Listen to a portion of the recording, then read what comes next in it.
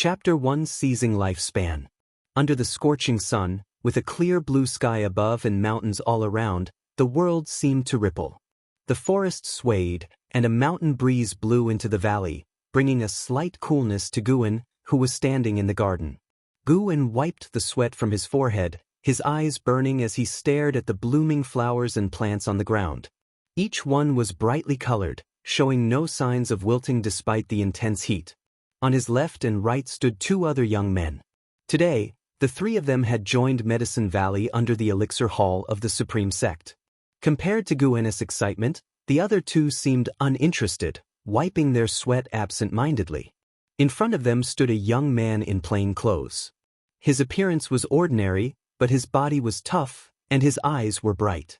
He was Xianxia, the senior disciple of Medicine Valley, explaining the key points of picking spirit flowers and spirit grass to the three of them. All the plants in this garden are first-order medicinal herbs. You can't uproot them when you pick them, you need to cut them at the stem close to the ground. After cutting, wrap the root in the spirit protection paper in your hand to prevent the loss of spiritual energy.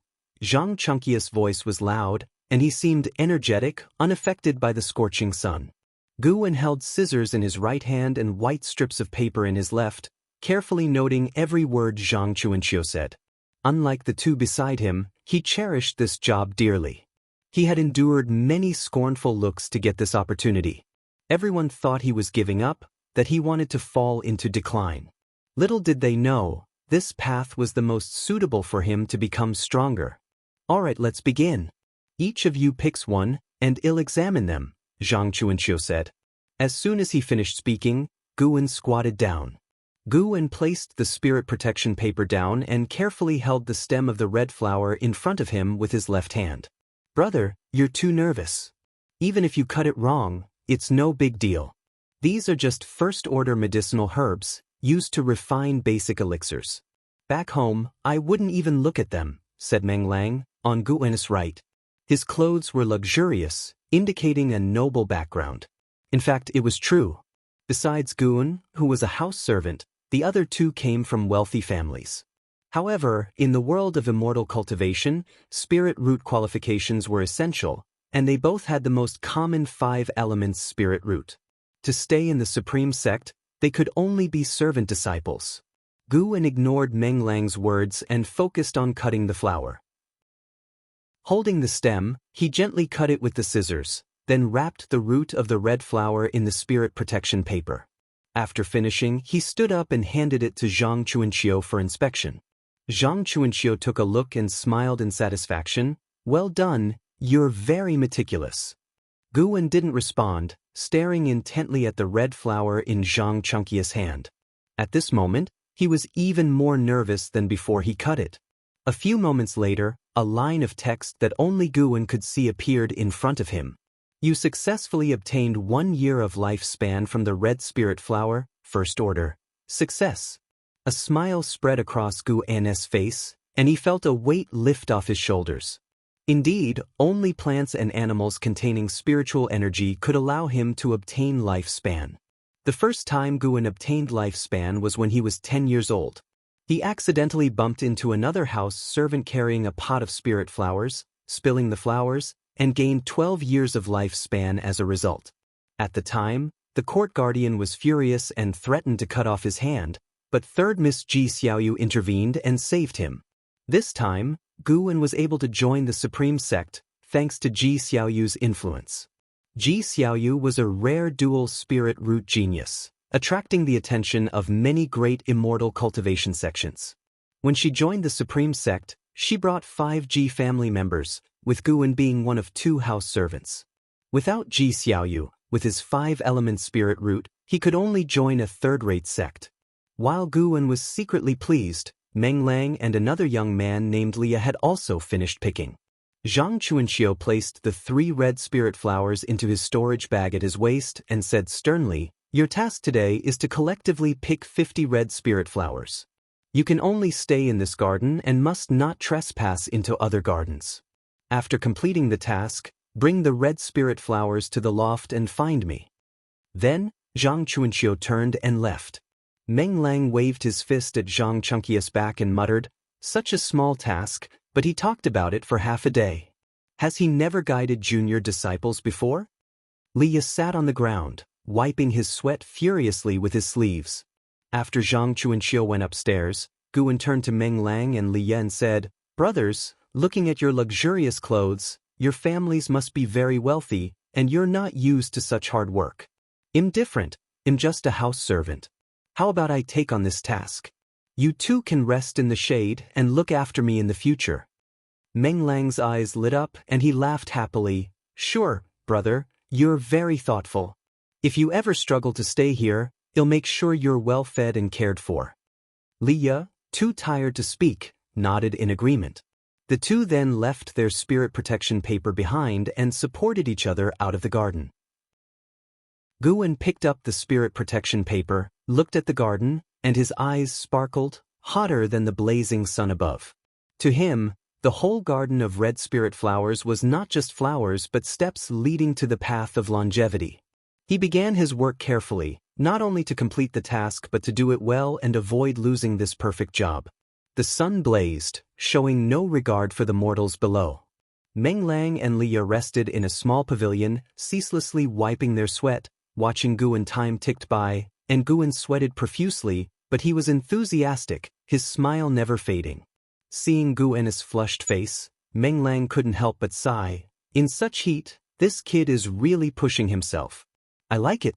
In the future, well, look after him, make sure he eats and drinks well, and no one bullies him so he can keep helping us. Liya rolled his eyes and said irritably, "There are hardly any people in this valley. But bully him. If the senior brother did, would you dare to argue?" Meng Lang fake coughed and looked at Liya, asking, "Brother, which Li family are you from?" Liya replied calmly, "The Li family of Changluo, Sangzhou." Changluo? Isn't that the imperial city? You share the same surname as the imperial family? Meng Lang asked in surprise, his eyes widening at once.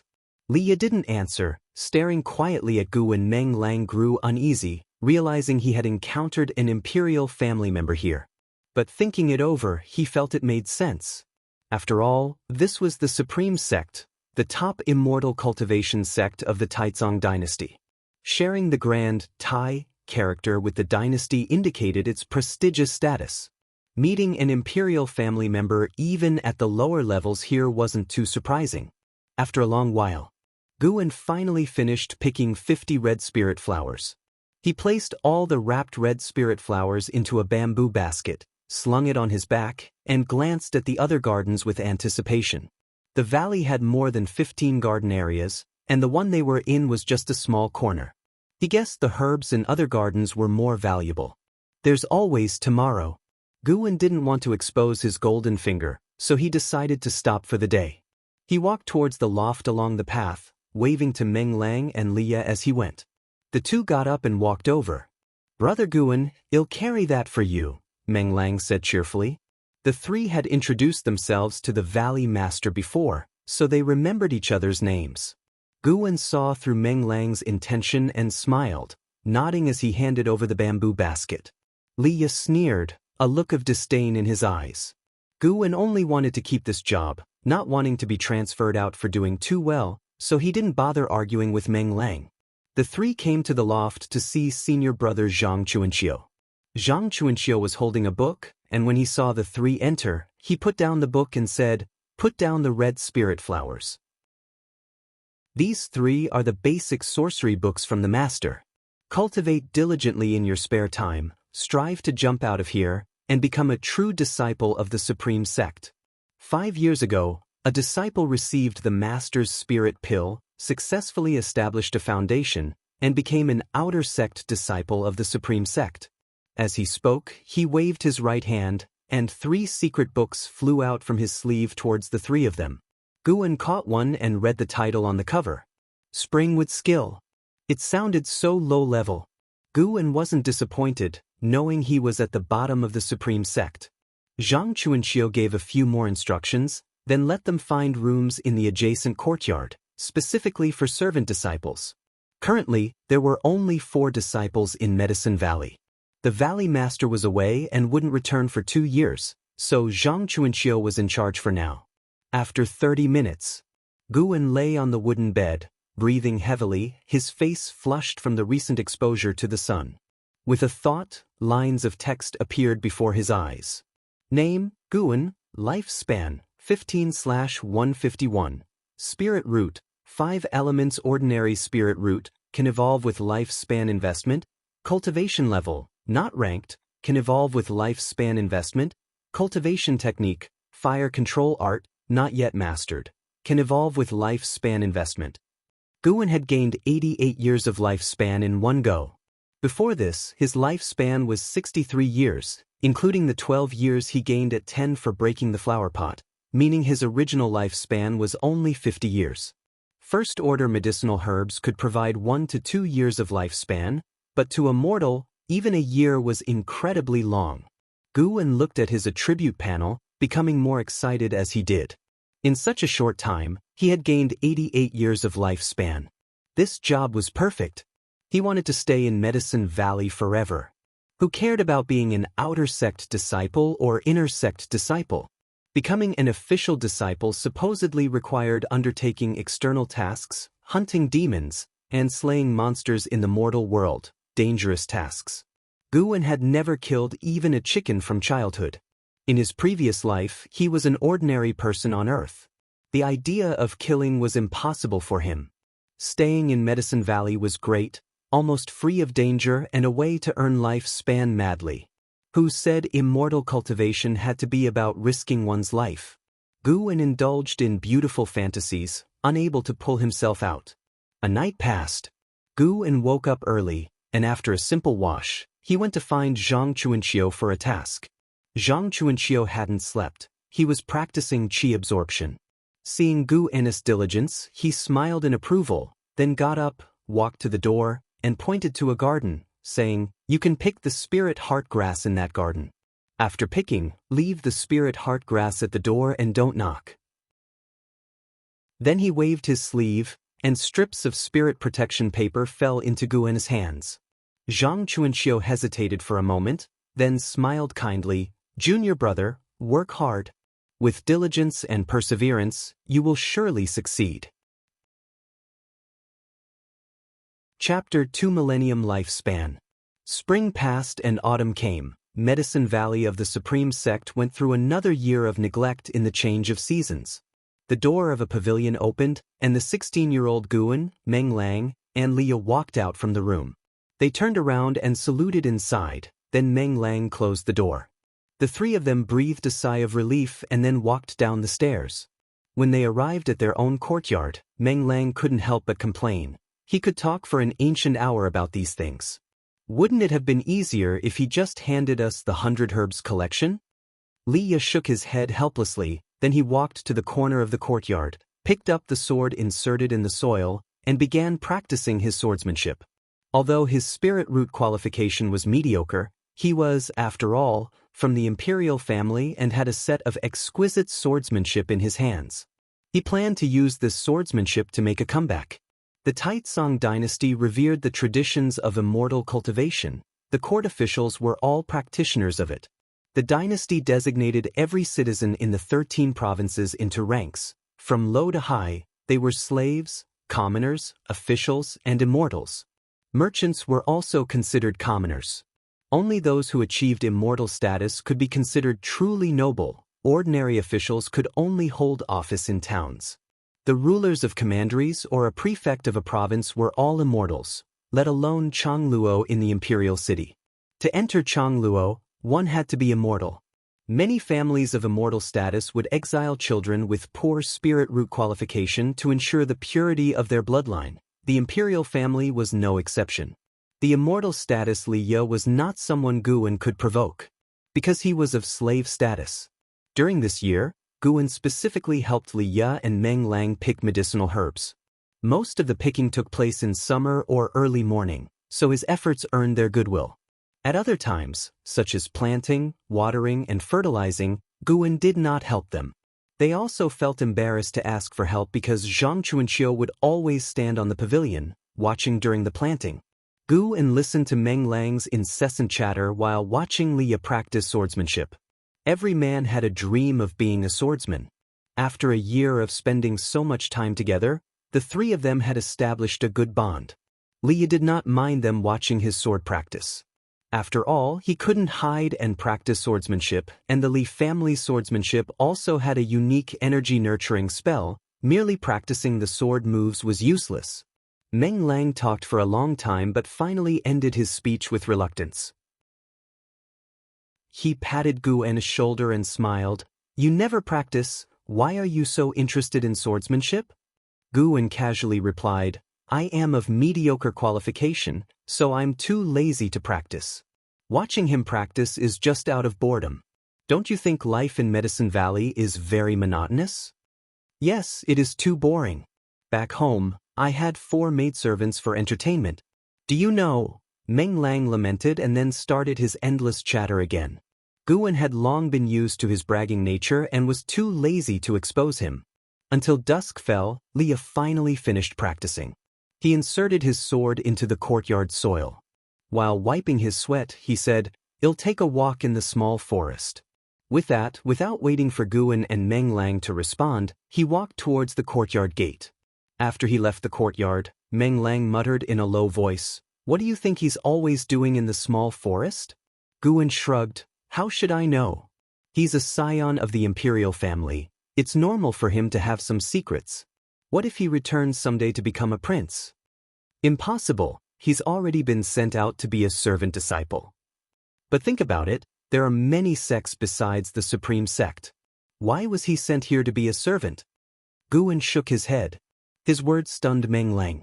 Then, Gu En walked to the well, scooped a ladle of water from the bucket, drank it in one gulp, and then put down the ladle, heading towards the courtyard gate. Meng Lang did not follow Gu En. He knew what Gu En was going to do. After muttering a word, he returned to his room to practice. Gu En arrived at a patch of land where second-order spirit grass, calming grass, was planted. This year, Gu En had only been picking first-order medicinal herbs. The herbs here were not ordinary plants. They took longer to mature. Many herbs needed years to be harvested, so the herbs he picked within a year were not many. Xianxia had said that in another month, they could pick the calming grass in this patch for the first time. Gu En had been looking forward to it for a long time. In his eyes, each deep blue calming grass wasn't just a medicinal herb but a number representing his lifespan. Suddenly, Gu En saw a calming grass shaking. He looked closely and his face instantly changed. He immediately vaulted the wooden fence and rushed over quickly. He saw a palm-sized white-furred mouse digging at the soil under the calming grass, seemingly trying to uproot it. Seeing Gu En rushing over, the white-furred mouse was so frightened it bolted away like a flash of lightning, quickly disappearing under the wooden fence at the edge, escaping without a trace. Gu En initially wanted to chase after it, but seeing the calming grass bitten off and its stalk broken, he quickly squatted down and took out a piece of spirit protection paper from his waist.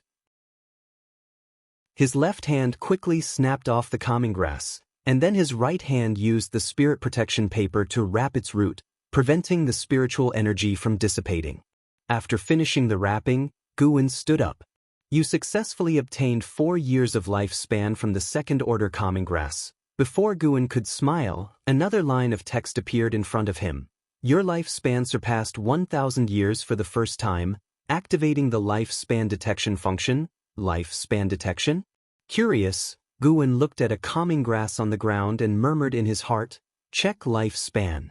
Calming grass, second order 4/25/102 years, age/lifespan/lifespan limit. This calming grass could live up to 102 years? The obtained lifespan differed from its original lifespan. It seemed he couldn't completely take away all of the target's lifespan. Most of it dissipated with the target's death. Gu En wasn't sure about the difference between lifespan and lifespan limit, possibly related to cultivation. He picked up the wrapped calming grass, got up and left, walking towards Xianxia's pavilion. All medicinal herbs in Medicine Valley needed to be handed over to Xianxia for safekeeping. Every 6 months, Gu En and the others received their salaries as servant disciples of the Supreme Sect. It was all used to cultivate spirit stones and spirit pills.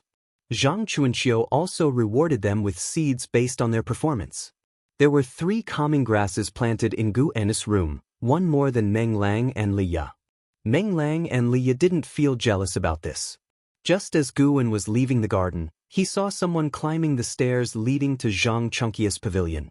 It was an elderly man in black, wearing a black cloth hat and carrying a book box on his back, making him look very mysterious. Watching the elderly man from a distance, Guan felt stirred and checked his lifespan. Instantly, 2 lines of text appeared before his eyes. Cheng Xiandan, Energy Cultivation Realm 8th Layer 104/120/180, Cheng Xiandan. The Master of Medicine Valley and Gu Ennis' nominal master. He had only heard Zhang Chuanxiu mention him. Cheng Xiandan had been traveling for years, and today was the first time seeing him. The 104-year-old Cheng Xiandan had a lifespan of 120 years, with a lifespan limit of 180 years. So barring any accidents, he could live for another 16 years. Guan found lifespan detection interesting. It could help him identify others' cultivation levels and qualifications. He speculated that the lifespan limit could indicate a person's talent, but this guess needed to be verified repeatedly. Cheng Xiandan entered Zhang Chunkia's room and closed the door. Guan went into Zhang Chunkia's courtyard, placed the wrapped calming grass on a long table, and then turned around and left. He returned to his own courtyard and first visited Meng Lang, who was cultivating inside. Meng Lang, Energy Cultivation Realm 2nd Layer 17/90/190, indeed a waste. After understanding Meng Lang's lifespan, Guan didn't talk much and soon returned to his own room. Until nightfall, he heard Li Ya's footsteps and got up to open the door. Li Ya just turned to go into his room. Seeing him open the door, he couldn't help asking, "What's the matter?" While checking Li Ya's lifespan, Guan replied, "Master is back. How about we visit him together tomorrow?" Li Ya, Energy Cultivation Realm 6th Layer 18/210/1550, Hiss, a lifespan limit of 1,550 years. So, this was the talent of the imperial family? Wasn't Li Ya said to have a mixed spirit root? Gu Ennis looked towards Li Ya changed. Perhaps Li Ya was an undiscovered genius who would eventually shine brightly. And this guy had reached the 6th layer of the energy cultivation realm. What did it mean? Playing dumb to catch tigers? The cultivation levels Guan was exposed to, from low to high, were Qi cultivation, foundation establishment, core formation, nascent soul, and divinity transformation. Each major realm was divided into 9 smaller layers. Li Ya managed to reach the 6th layer of the energy cultivation realm at 18 years old. It wouldn't be long before he could reach foundation establishment, becoming an official disciple of the Supreme Sect. He must build a good relationship with such a talented fellow disciple. Hearing this, Li Ya raised his eyebrows slightly and nodded. "Sure, you are considerate. Call me when you get up tomorrow." With that, he turned and walked toward his room. Guan watched him close the door, his heart full of emotions. Indeed, social classes existed in every world, and the difference in status destined it to be difficult for him and Li Ya to become real friends. Guan wasn't angry. Being a house servant since childhood, he had endured many cold looks and neglect. He didn't resent Li Ya, who appeared mediocre to him. No matter, with the golden finger that could take lifespans, Guan believed he would eventually become immortal. Before that, what he needed was to keep a low profile and survive the accumulation phase steadily. To live peacefully meant no conflicts, no stirring trouble, and the lower the profile, the better. Guan smiled, then turned and closed the door. Tonight's moon was round and its light spread like water on the stone steps in the courtyard. At dawn, inside the great hall, Guan, Meng Lang, and Li Ya stood side by side. In front of them, Cheng Xiandan sat on a chair, holding a cup of hot tea. Zhang Chuanxiu stood beside him, showing great respect. Zhang Chuanxiu, Energy Cultivation Realm 5th Layer 54/110/175, Guan thought his senior brother's qualification was low. But then again, there were many such medicine valleys in the Supreme Sect, and having one Li Ya was already rare. Moreover, compared to them, Guan was the most useless when he first arrived. Cheng Xiandan raised his murky eyes to observe the 3 of them. He began, I have heard about your performances from your senior brother. Since this is our first meeting, I should present you with greetings. You can choose among the 100 Herbs collection, the Energy Nurturing skill, and the Poison Wood Vine spell. You can only choose one, and you must not share them. If I find out, you will be severely punished. Hearing this, Meng Lang was the first to speak. Master, I want the Poison Wood Vine spell. Guan thought that no one would want the 100 Herbs collection, so he let Liya choose first as a favor. Liya followed. Disciple wishes for the 100 Herbs collection. Guan looked at him in surprise. Brother, not playing by the rules. Chapter 3 Evolution Cultivation Technique, Dragon Strength Divine Primordial Skill. Meng Lang and Zhang Qianxia were equally surprised by Liya's choice, but they did not speak. Cheng Xiandan looked at Liya approvingly, nodded slightly, and said, Not bad, you have a good eye and are not impulsive. With a wave of his right hand, 3 secret books appeared on the table next to him. He gave Zhang Qianxia a look, and Zhang Qianxia immediately began distributing the books. From beginning to end, Guan didn't have time to speak. All right, ignored again. Guan, naturally optimistic, was not discouraged. Though you are cold to me today, 16 years later, I will light incense for you without holding any grudges. Guan received the secret book with Energy Nurturing skill on the cover and pretended to be pleased. Recently, demons have infiltrated the Supreme Sect. The Medicine Valley is located on the edge of the Supreme Sect. Though there are disciples patrolling, risks remain. Do not stray outside the Medicine Valley during your daily routines. You can leave now. After Cheng Xiandan finished advising, he waved his hand, and Guan and the others immediately bowed and retreated. Guan walked at the back and casually closed the door as he exited. Cheng Xiandan nodded slightly and said, That boy named Liya is not simple. He likely practices some technique to conceal his cultivation level. His essence, energy, and spirit are not inferior to yours. Pay more attention to him in the future. Also, he comes from the imperial family, so don't be too harsh on him. Zhang Qianxia nodded. He thought for a moment and said, Master, Guan is the most diligent, and coupled with his poor aptitude, he will certainly stay in the Medicine Valley longer. Cheng Xiandan calmly replied, Then you take him under your wing. He is your responsibility. Zhang Qianxia smiled and bowed to thank him. Elsewhere, Guan and the others returned to their courtyard. Throughout the journey, Meng Lang kept talking about demons, showing no fear but rather excitement. Liya paused, looked at Guan and said, Energy Nurturing skill is actually not bad. It can conceal your breath and increase your lifespan. I already have a cultivation technique, so I don't need it. For someone like you, the Energy Nurturing skill is actually a better choice. Upon hearing this, Guan smiled and said, Thank you, Brother Li, for your guidance. I might spend my life in the Medicine Valley, and the 100 Herbs collection indeed holds little meaning for me. Following senior brother, I can still learn about medicinal herbs. Liya nodded slightly, satisfied to see Guan take the advice. The 3 didn't chat much longer, quickly returning to their respective rooms. The daily chores in the Medicine Valley were not many, so they had ample time to cultivate. Sitting on his bed, Guan began reading the Energy Nurturing skill. Initially uninterested in the Energy Nurturing skill, after hearing from Liya about its ability to conceal breath and increase lifespan, he suddenly felt like practicing it, also wanting to test the ability to evolve lifespan. Over the past year, he had cultivated the Spring Wood skill given by Zhang Qianxia without any progress, so he gave it up after half a month. For him, rather than the monotonous cultivation, it was better to read more books on medicinal herbs and various travel notes in the library of the Medicine Valley to broaden his horizons. Day after day passed. Except for the daily inspection of medicinal herbs, Guan spent his time cultivating in his room.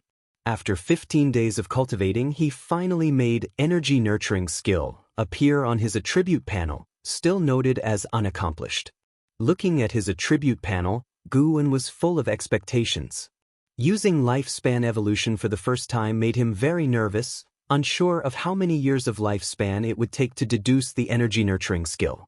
Although his lifespan had already exceeded 1,000 years, If it took several decades or even a century, it would still be a heartache. Staring at Energy Nurturing Skill on the attribute panel, Guwen silently chose to invest in Lifespan Evolution. Please enter the number of years of lifespan to invest. Seeing this line of text, Guwen made a choice without hesitation. The next moment, 2 lines of text appeared before his eyes. You have invested 1 year of lifespan to deduce the Energy Nurturing Skill. You cultivated the Energy Nurturing Skill for a year. Due to your average comprehension and aptitude, there was no progress in cultivation level, but your essence energy improved. Suddenly, Guwen felt his body relax, but this feeling came quickly and faded just as rapidly. Is that it? The word average deeply stung Guwen. How utterly insulting. Guwen's heart filled with confusion. Could aptitude be related to the spirit root? He decided to use lifespan evolution on his spirit root, investing a full 100 years of lifespan. You have invested 100 years of lifespan to evolve the spirit root. You started comprehending the natural world, increasing the spirit root's perception of nature. After 100 years, your 5-element spirit root's perception improved. After reading these 2 lines of text, Guwen brought up the attribute panel again, noticing his spirit root had changed from ordinary 5-element spirit root to better 5-element spirit root. Guwen felt disappointed, his heart aching as he saw his lifespan shrink from 4 digits to 3. It seemed the evolution of the spirit root was a bottomless pit. How about trying the Energy Nurturing Skill again? This thought popped into Guwen's mind. After trying lifespan evolution once, he felt an itch to do it again. I only needed 1 year to earn 1,000 years into my lifespan. Today I'll invest a bit more and work hard to earn the lifespan back in the future. Just this once, given it's the first time using this function, Guwen took a deep breath and silently chose to invest 500 years of lifespan into the Energy Nurturing Skill. You have invested 500 years of lifespan to deduce the Energy Nurturing Skill. You cultivated the Energy Nurturing Skill for a year. Due to your average comprehension and aptitude, there was no progress in cultivation level, but your essence energy improved. You cultivated the Energy Nurturing Skill for 10 years. Due to your average comprehension and aptitude, there was no progress in cultivation level. You successfully mastered the Energy Nurturing Skill and your Qi blood improved. You cultivated the Energy Nurturing Skill for 100 years. Years of cultivation made you gain insight into the Energy Nurturing Skill, causing it to begin transforming. You cultivated the Energy Nurturing Skill for 200 years. It merged with nature's spiritual energy, evolving into a technique of immortal cultivation. You cultivated the Energy Nurturing Skill for 300 years. It ascended to the Spirit Nurturing Skill. You cultivated the Energy Nurturing Skill for 400 years. This day, you had an epiphany, integrating the heaven and earth true meaning, and created the Dragon Image Nurturing Primordial Skill. Your physical body and Qi blood transformed. You cultivated the Energy Nurturing Skill for 500 years. The Dragon Image Nurturing Primordial Skill reached perfection, breaking through the limits of the technique and ascending to the Dragon Strength Divine Primordial Skill. Your physique experienced a qualitative change. 1 line of prompt after another appeared before Guwen's eyes. Before he could finish reading, a vast amount of memories flooded into his mind. The breeze outside the window swayed the curtain by the bed, also blowing Guwen's black hair. With his eyes closed, he opened his mouth unconsciously, inhaling and exhaling as a faint dragon roar could be heard. After an unknown amount of time, Guwen gradually awoke. He opened his eyes, and what greeted his sight was the dim forest outside the window. It was night. Guwen had completely inherited all the cultivation memories of the Dragon Strength Divine Primordial Skill, and he even had direct mastery of the technique. The Dragon Strength Divine Primordial Skill was a cultivation technique based on the training of the dragon turtle. It could conceal breath, hide cultivation level, and also train the strength of a dragon. The Energy Nurturing Skill was part of the foundational cultivation technique of the Dragon Strength Divine Primordial Skill. Lifespan evolution was equivalent to deducing an incomplete technique to a complete one. Guwen suspected that the Dragon Strength Divine Primordial Skill originally existed and that the Supreme Sect only obtained fragments, hence naming it the Energy Nurturing Skill. If he invested another 300 years of lifespan, what kind of transformation would the dragon strength divine primordial skill undergo? Gu forcibly suppressed the impulse to invest more lifespan, feeling his own physique. He could sense a dominant strength within his body, making him feel immensely powerful. He felt as if he could shatter a pavilion with a single punch. This feeling of immense strength was truly wonderful. Moreover, his senses were significantly enhanced, allowing him to hear the breathing of Meng Lang and Li Ya. He could even hear the distant conversation between Zhang Chuanqiu and Qing Xiandan. That demon has already killed 13 disciples, most of them servant disciples from various medicine valleys. Master, we probably cannot protect them by ourselves. It's all right, I have already requested a sect mission, and the sect will send a disciple in the Foundation establishment realm to guard our medicine valley. That would be great. This afternoon, there was an unusual fluctuation in the spiritual energy within the valley. I thought it was the demon coming. To my shame, I didn't even dare to step outside. You, growing up under my wing without venturing outside, it's understandable to have a timid nature. Listening to their conversation, Guan broke into a cold sweat. He was too careless. In the future, he must not act rashly when deducing techniques. Luckily, Xianxia's cultivation level was low, otherwise, Guan's cultivation would have been exposed. Listening for a while longer and confirming that Qing Xiandan and Zhang Chuanqiu were not discussing him, Guan finally relaxed. He continued to feel his new physique, while following the technique of the dragon strength divine primordial skill, suppressing his breath and qi blood, making his appearance look no different from when he had not cultivated, still seemingly weak. An ancient hour later, Guan opened his eyes and pulled up his attribute panel. Name, Guan, lifespan, 16/402, spirit root, better 5-element spirit root, can invest lifespan for evolution. Cultivation level, not in the mainstream, can invest lifespan for evolution. Cultivation techniques, fire control art, unaccomplished. Springwood skill, unaccomplished. Dragon strength divine primordial skill, mastery, can invest lifespan for evolution. Dragon strength divine primordial skill, mastery. Guan read this with satisfaction, though it was a pity that the dragon strength divine primordial skill was a body cultivation method and could not cultivate spiritual power, so his cultivation level remained outside the mainstream. Even so, Guan believed he could easily overpower those in the energy cultivation realm. Next, he could wait for his lifespan to increase. His dragon strength divine primordial skill had reached perfection, with strength energy surging within, automatically enhancing his lifespan, although the speed of increase was yet to be determined. That night, Guan found it hard to sleep. However, even after waiting until dawn, repeatedly refreshing the attribute panel, he saw no increase in lifespan and had to console himself that no technique could increase a year's lifespan in a single day. Indeed, the heavens would not disappoint those who invested lifespan. There would eventually be a surprise. Guan freshened up briefly, then stepped out of his room to stroll around the garden, looking at the medicinal herbs to calm his mind. Coincidentally, as he arrived at the garden, his gaze locked onto a white-furred rat.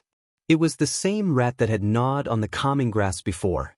Guan looked around, confirming that no one else had left their rooms in the Medicine Valley, and he quietly approached the white-furred rat. The white-furred rat had its back to him, 10 meters away, unaware of someone approaching. When they were within 7 steps, Guan shot forward like an arrow, quickly grasping the white-furred rat with his right hand. The white-furred rat was terrified, lifting its tiny paws in surrender. Daring to steal my life, humph, you're done for. Guan chuckled triumphantly. As he captured the white-furred rat, he noticed its slow reaction. Too slow. Chapter 4 Demon of Greed. It was noon. Guan, Meng Lang, and Li Ya stood in front of a wooden fence in a garden. Meng Lang stared curiously at the white-haired mouse in Guan's hand. Li Ya pondered and said, "This should be a white spirit rat. They are very interested in treasures filled with spiritual energy, hence the name treasure hunting rat. It can barely be considered a spirit beast." Hearing this, Meng Lang couldn't help but ask, What's the difference between a spirit beast and a demon beast? Demon beasts are formed through self-cultivation, while spirit beasts are born with the ability to perceive nature's spiritual energy. They can also cultivate, but their aura isn't as bloody as demon energy.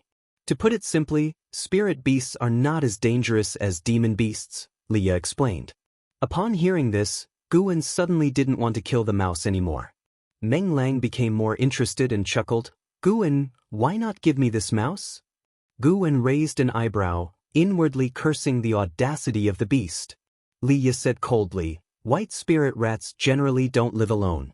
If there's one, it means there's a nest nearby. Go catch one yourself.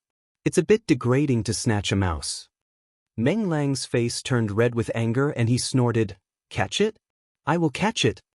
With that he turned and left. Once he was far away, Guwen said to Leah, "Thank you."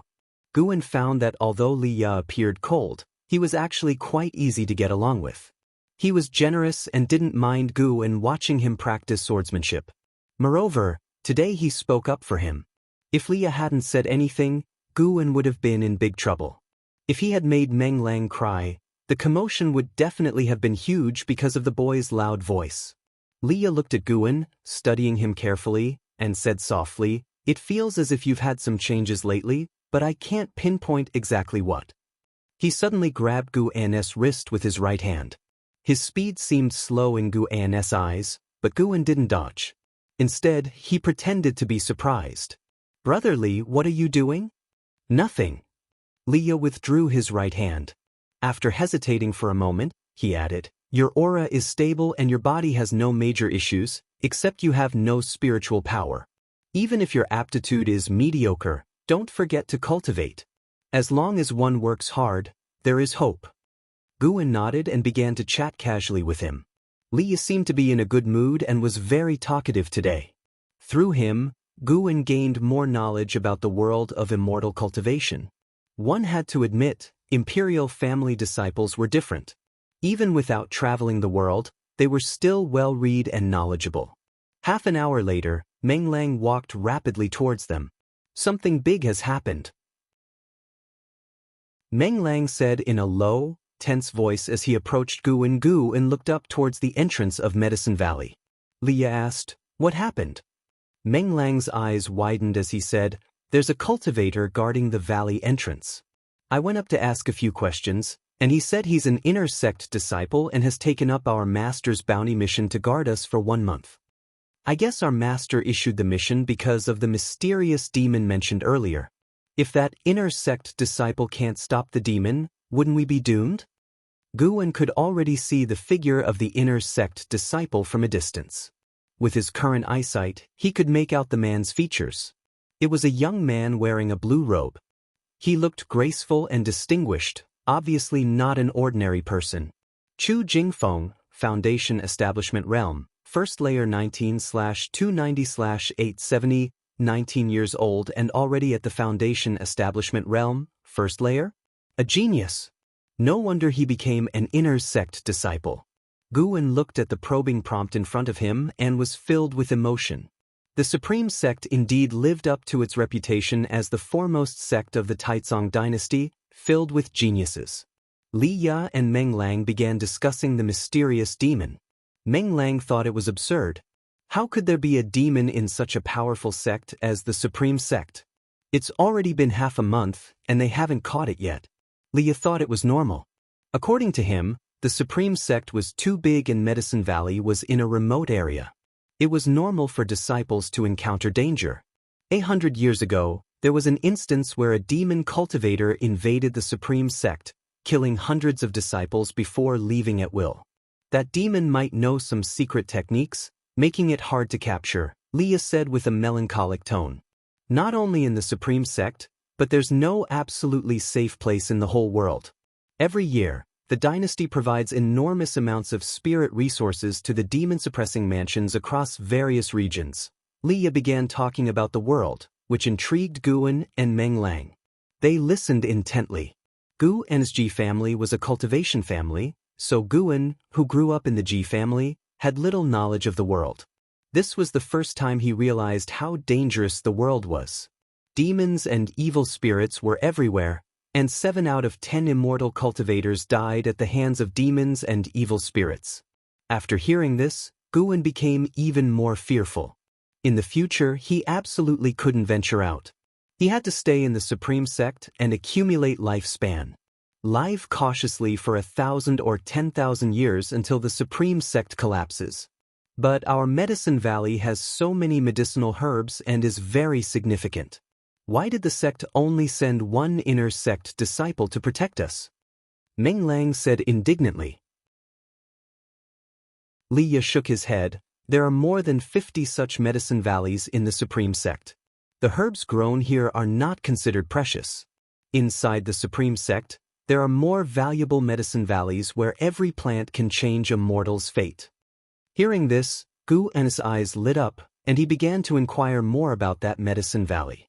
However, Leah only knew of its existence and wasn't clear about the details. The three chatted for a while before parting ways.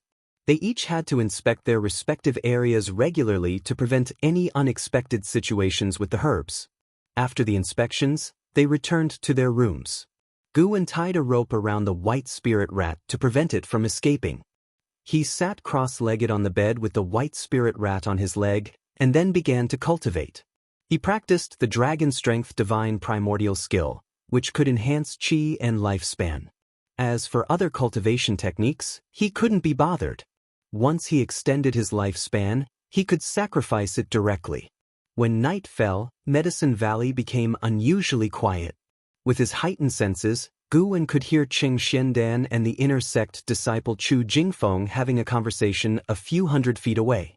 Xianxia was very respectful to Chu Jingfeng, as if Chu Jingfeng was more than just an inner sect disciple. Through their conversation, Guwen learned the name of the demon. Demon of Greed. Chu Jingfeng was very disdainful of the demon of greed, and his confident tone reassured Xianxia. Guwen could clearly feel Cheng Xuanden's heartbeat returning to normal. Demon of Greed. Guwen's eyes flickered with curiosity, wondering if his Dragon Strength Divine Primordial skill could eradicate the demon of greed. According to the inherited memory of the Dragon Strength Divine Primordial skill, its dragon strength could subdue demons and exorcise evil spirits. He had to prepare for the worst. What if Chu Jingfeng couldn't hold them off? No matter how long his lifespan was, he had only one life. He couldn't take the risk. That night, everyone's aura in Medicine Valley was unstable, clearly affected by their emotions, which made Guwen even more nervous.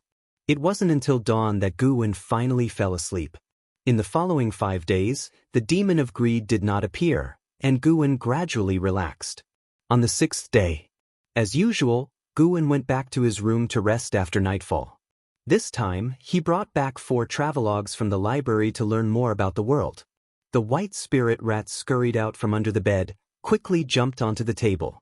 Ever since it experienced the aura of Guwen cultivating the Dragon Strength Divine Primordial skill, it became reliant on Guwen. Now even if it wasn't tied, it wouldn't run away. Guwen sat at the table, teased the white spirit rat, and then began reading a book titled Green Hero Travelogue. The window was half open, and the eerie night wind blew in, causing the oil lamp flame to flicker and the shadow of the white spirit rat on the table to stretch and contract. Guwen found the travelogue to be quite interesting. Though it was filled with tales of men and women's affairs, the green hero traveled the world, appreciated the scenery from north to south, vanquished demons, and had many fleeting romances. By late at night, Guwen felt something was amiss. How did every woman the green hero met fall for him?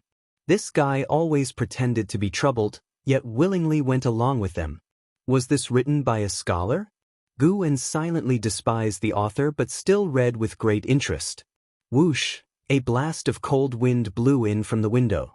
Even Guwen, who had cultivated the Dragon Strength Divine Primordial skill, shivered.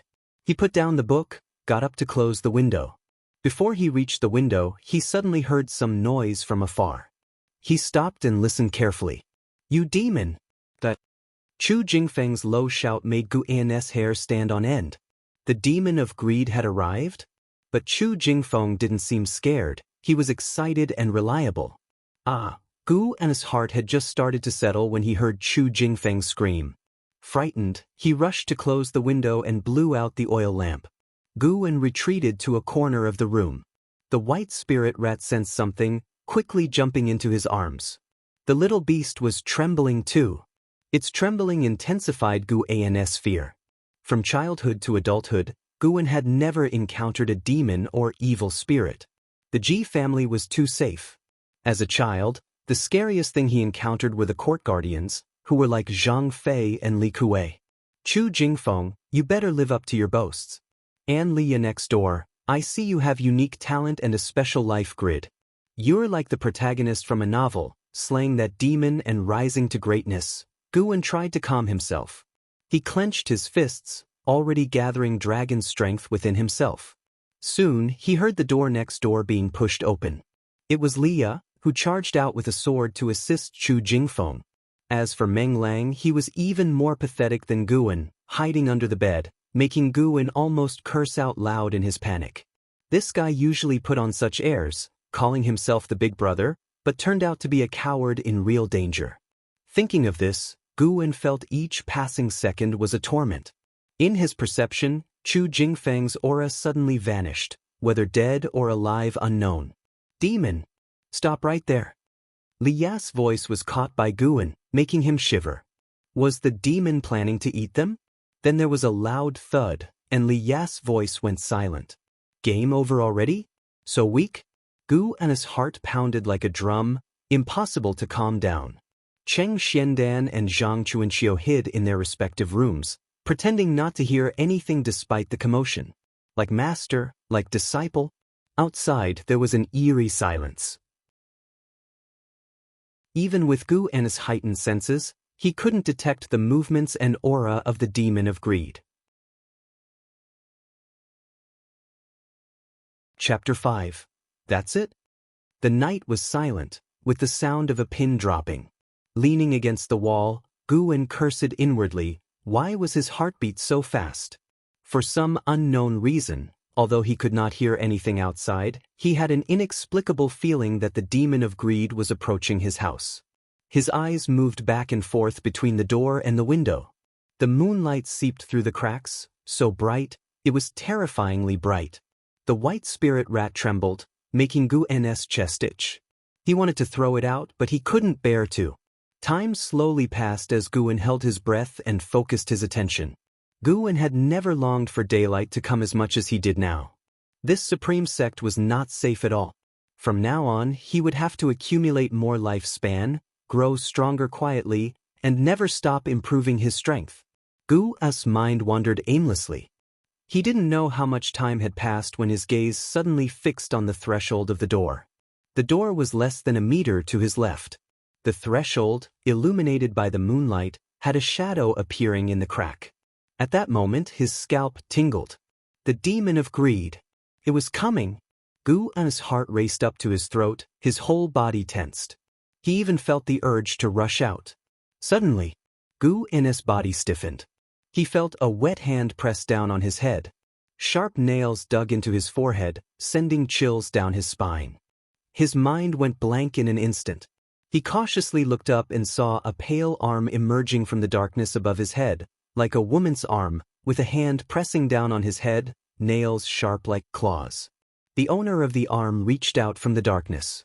A hideous face with disheveled hair appeared, its true features obscured, only the blood-dripping fangs visible. She was smiling. Damn. Guwen was completely terrified. He lifted his arm and slapped it angrily, hitting the face of the demon of greed. Bang! The roof of the house was blown open, blood and flesh splashed inside. Shards of tiles and turf from the roof flew up tens of meters high, disappearing into the night. The night sky was so dark, the mountains and forests surrounding Medicine Valley stood like demons and ghosts. Huff, huff, huff. Guwen panted heavily, his raised right arm trembling. His hand was covered with blood, and the blood of the demon of greed splattered all over his face. When everything quieted down, Guwen still couldn't calm down. Moonlight poured down, shining into the house. A huge bloodstain blossomed on the wall, horrifying and terrifying. A pale severed arm lay at Guwen's feet. After a dozen breaths, Guwen finally calmed down. You have successfully taken 52 years of lifespan from the Demon of Greed, Tier 2. Looking at the prompt that popped up in front of him, he still panted heavily, but his eyes took on a quizzical look. That's it. Guan found it absurd. Was he too strong, or were Chu Jingfeng and the others too weak? Just as he was confused, he vaguely heard a door opening. He immediately lay down, closed his eyes, and hung the Demon of Greed's arm on himself with a swift motion. That wasn't enough. He raised his hand, pried the Demon of Greed's fingers open, and then clamped them around his neck. After doing all this, he spread his arms and pretended to be unconscious. Autumn was approaching, and the weather was no longer so scorching hot. Guan was picking calming grass in the garden area. Li Ya and Meng Lang stood outside the wooden fence, watching him work. Half of Li Ya's body was wrapped in white cloth, and there were 2 shocking scars on his face, almost reaching his right eye. It was hard to imagine what he had been through. On the other hand, Meng Lang seemed unharmed. He stared at Guan, clicking his tongue in wonder. This kid could still be so happy picking medicinal herbs, as if he hadn't encountered the Demon of Greed. Li Ya's face was expressionless, but the scars on his face added a touch of fierceness to him. He said calmly, maybe he is finding joy in his suffering. How do you know he can still keep smiling after closing the door to his room? That night 4 days ago seemed like just yesterday. Li Ya recalled his fight with the Demon of Greed, filled with lingering fear. He survived purely by luck. Chu Jingfeng's injuries were even more serious than his, having an arm torn off.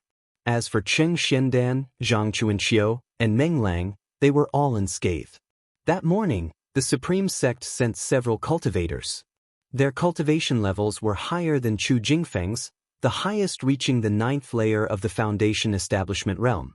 They interrogated Guan thoroughly, who pretended to be traumatized, knowing nothing. In the end, those cultivators concluded that someone else must have intervened, saving the servant disciples in this part of Medicine Valley. After all, Guan had no spiritual power, so it couldn't have been him who killed the Demon of Greed. Afterward, Guan intentionally switched to a different house. Zhang Chuanxiu treated him even better, seeming very guilty.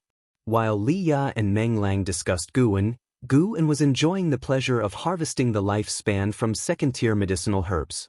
Second-tier herbs could bring him 2 to 5 years of lifespan. He was helping Li Ya and Meng Lang pick a total of 60 second-tier herbs this time, which was immensely satisfying. Simultaneously, he couldn't help but think of the Demon of Greed. Killing the Demon of Greed gave him 52 years of lifespan. Wouldn't that mean exterminating demons and ghosts could bring him even more lifespan? But as he thought of that terrifying night and the injuries of Chu Jingfeng and Li Ya, he immediately abandoned the idea. No need. He wasn't in a hurry to get stronger, so why risk his life? He needed to develop quietly with caution. After a while, Guan finally finished picking all 60 calming grass. He carried the bamboo basket to Meng Lang, ready to hand it over. Meng Lang fake coughed and said, "This time, you should hand it over to senior brother yourself." Recalling his pathetic performance that night, he felt ashamed to claim any credit from Guan. Guan didn't decline, smiling, "All right." He politely nodded at Li Ya, then walked toward Xianxia's pavilion. Li Ya did not linger either, turning toward the distant forest, while Meng Lang watched back and forth, awkwardly scratching his nose. In the main hall, Guan handed all the calming grass to Zhang Chuanxiu. Zhang Chuanxiu didn't let him leave immediately but pulled him aside, asking with concern if he had been sleeping well recently. Every time Zhang Chuanxiu thought of Guan being choked by the Demon of Greed, he felt guilty. As the senior brother, he couldn't protect his junior disciple, which made him feel utterly useless. Guan had always been so obedient and compliant.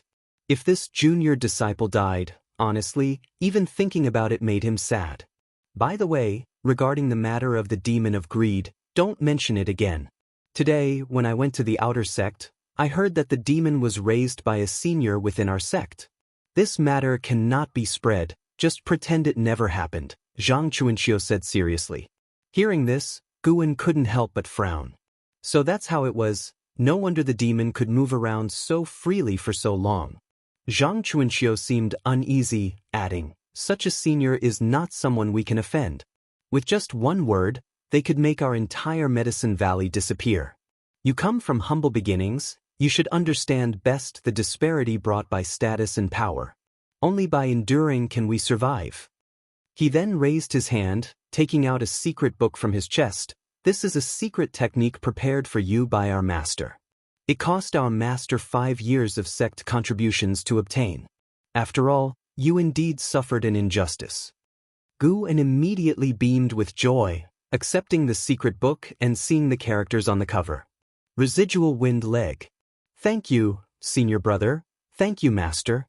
Guan bowed deeply in gratitude. Zhang Chuanxiu blinked and smiled. Practice more when you have time. You might be able to protect yourself in the future. Don't give this secret book to Meng Lang. As for Liya, he has shown extraordinary talent. Master has decided to help him break through to the Foundation establishment realm. In 2 years at most, he'll be leaving Medicine Valley. Upon hearing this, Guan was not surprised. Someone with Liya's cultivation level staying in Medicine Valley was indeed a waste. Afterward, Zhang Chuanxiu exchanged a few pleasantries with Guan before allowing him to leave. As Guan closed the door behind him, Zhang Chuanxiu sighed softly. Such an honest child, he will surely take care of Master in the future. I can also go down the mountain? Lotus, wait for me. As Guan was descending the stairs, his steps faltered for a moment before he resumed walking. The demon of greed's attack did not kill anyone in Medicine Valley, but it changed the atmosphere. Liya became increasingly mysterious, often hiding in the forest after completing his tasks, and even Meng Lang began to practice diligently. Guan practiced the secret technique residual wind leg for a month before he managed to barely display it on his skills panel.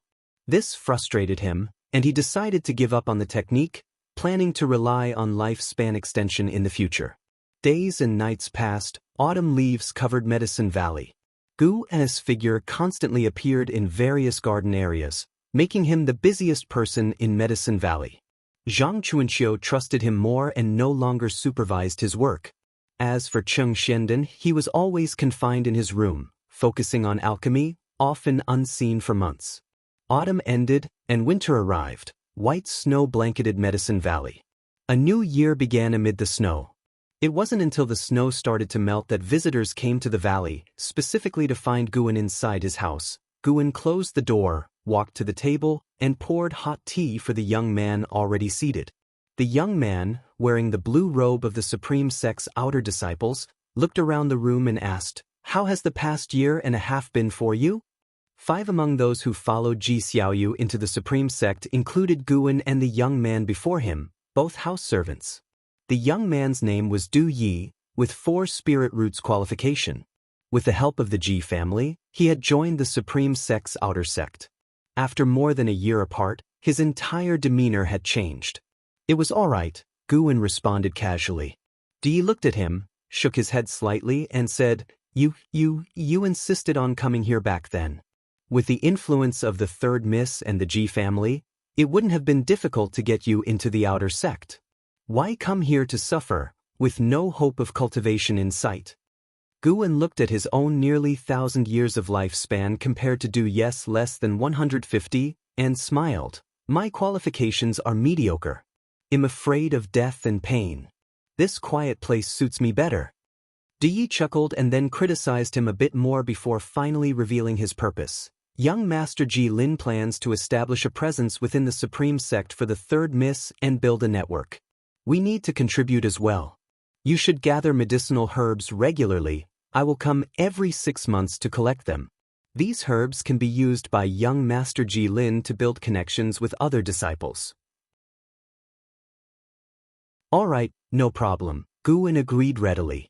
Medicinal herbs weren't particularly important to him anyway. Seeing Guan so agreeable, Du Yi smiled. They chatted for a while longer before Guan escorted Du Yi to the entrance of the valley, then turned back. Upon returning to the courtyard, Guan saw Liya waiting for him. Liya approached Guan, placing a secret book in his hands. "I'm leaving. Take this sword technique as a farewell gift, thanking you for all you've done for me over the past year and a half."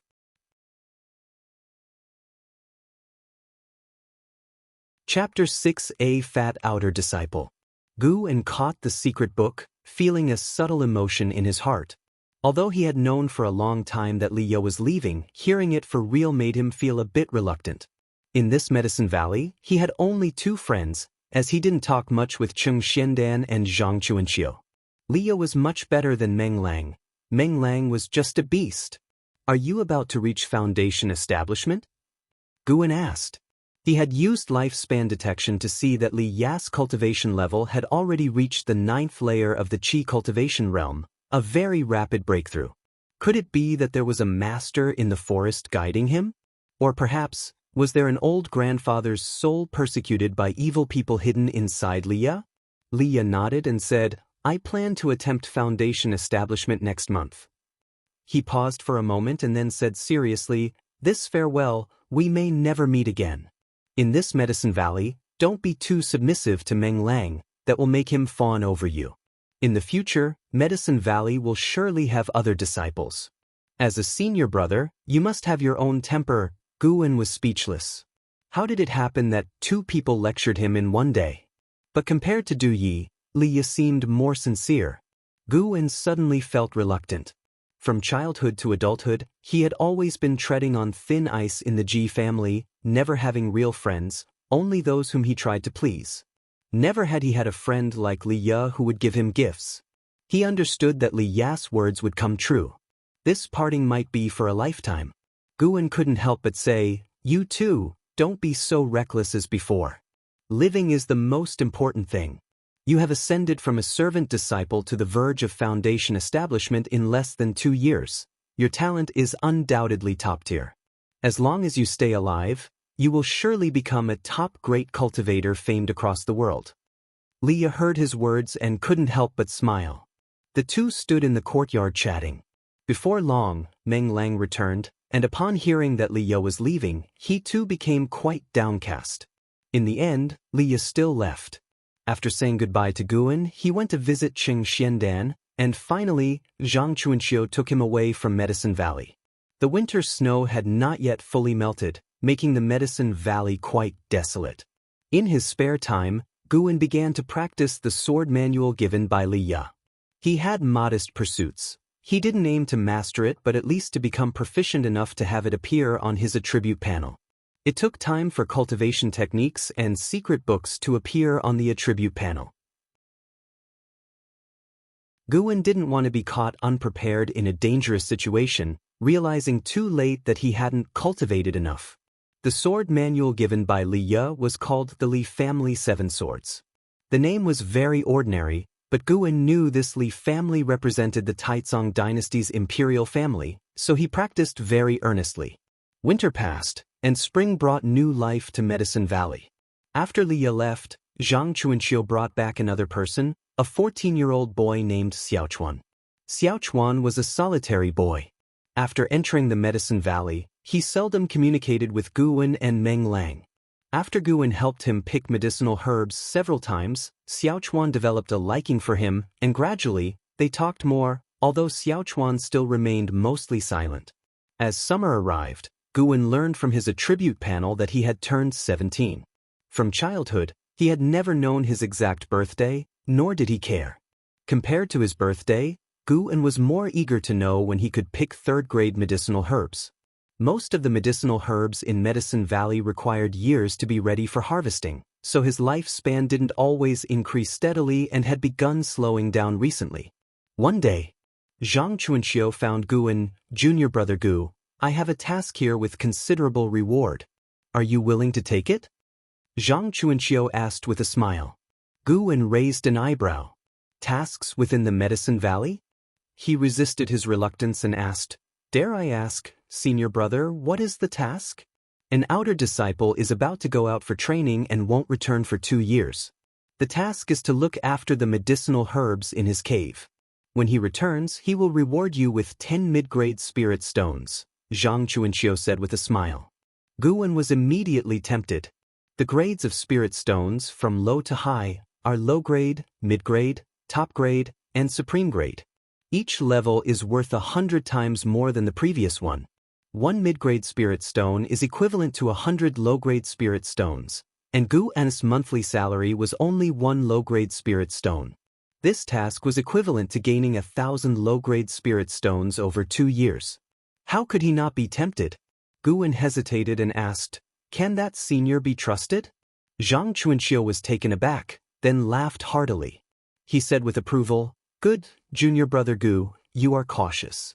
Rest assured, that person is an old friend of mine. We entered the Supreme Sect the same year. He chose you because you are diligent and honest. If it were Meng Lang, I wouldn't be so sure. And his cave is not far from our Medicine Valley, only a dozen miles away. You just need to go twice a month." Gu An hesitated for a while but eventually agreed. He hadn't had a chance to pick medicinal herbs for half a month. Watching his lifespan not increase made him miserable. He missed the feeling of living 100 years very much. The Dragon Strength Divine Primordial skill only granted him a year's worth of lifespan each month. Without the golden finger to seize lifespans, he would be quite satisfied, but now he was very greedy. Moreover, he didn't even know how long the effects of the Dragon Strength Divine Primordial skill would last, as everything had its limits. Zhang Chuanxiu saw that he agreed and directly led him outside the valley. Gu An had not left the Medicine Valley in 2 years. Now, leaving the valley made him somewhat nervous. As he walked out of the valley entrance, he saw endless mountains and forests. Sunshine poured through the woods, forming circles of rainbow light, particularly beautiful. Zhang Chuanxiu patted his waist, and a long sword flew out from his storage bag.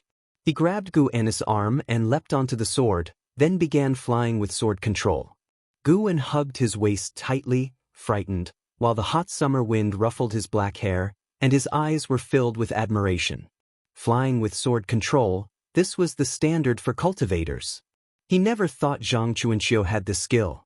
Zhang Chuanxiu felt the strength in his arm and laughed aloud. "Junior brother Gu, you better open your eyes wide and remember the way back. You'll have to make this journey yourself in the future." Gu An couldn't help but ask, "Senior brother, can you teach me this sword control technique? You need to cultivate diligently. Once you reach the 4th layer of the Qi cultivation realm, I will teach you sword control." The 4th layer of the Qi cultivation realm. As long as you work hard, you will achieve the 4th layer of the Qi cultivation realm in due time. Zhang Chuanxiu couldn't help but straighten his back and revealed a bright smile. He thought to himself, "In junior brother Gus' eyes, I must appear very imposing now. I hope he truly gets motivated and stops being lazy in his cultivation." In his eyes, Gu An was good at everything except for his lack of interest in cultivation. During his free time, this kid loved reading books.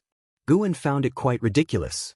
Was reaching the 4th layer of the Qi cultivation realm that difficult? If I put 100 years of my life into it, would it work? If not, then 500 years. If 500 years wouldn't do, then what a joke. The two brothers chatted as they flew on the sword. Soon they landed in a forest. After landing, Gu An still reminisced about the feeling of flying in the sky. Zhang Chuanxiu led Gu An through a dense forest to a rock wall. He took out a jade pendant and pressed it into a recess in the rock wall. "The cave has restrictions. You must bring this jade pendant when you come, and don't lose it. It will be very troublesome if you do," Zhang Chuanxiu instructed. Gu An nodded. The rock wall trembled, revealing a stone gate, which then opened. Zhang Chuanxiu took the jade pendant and led Gu An inside. The two disappeared into the darkness. After several breaths, the stone gate closed with a boom.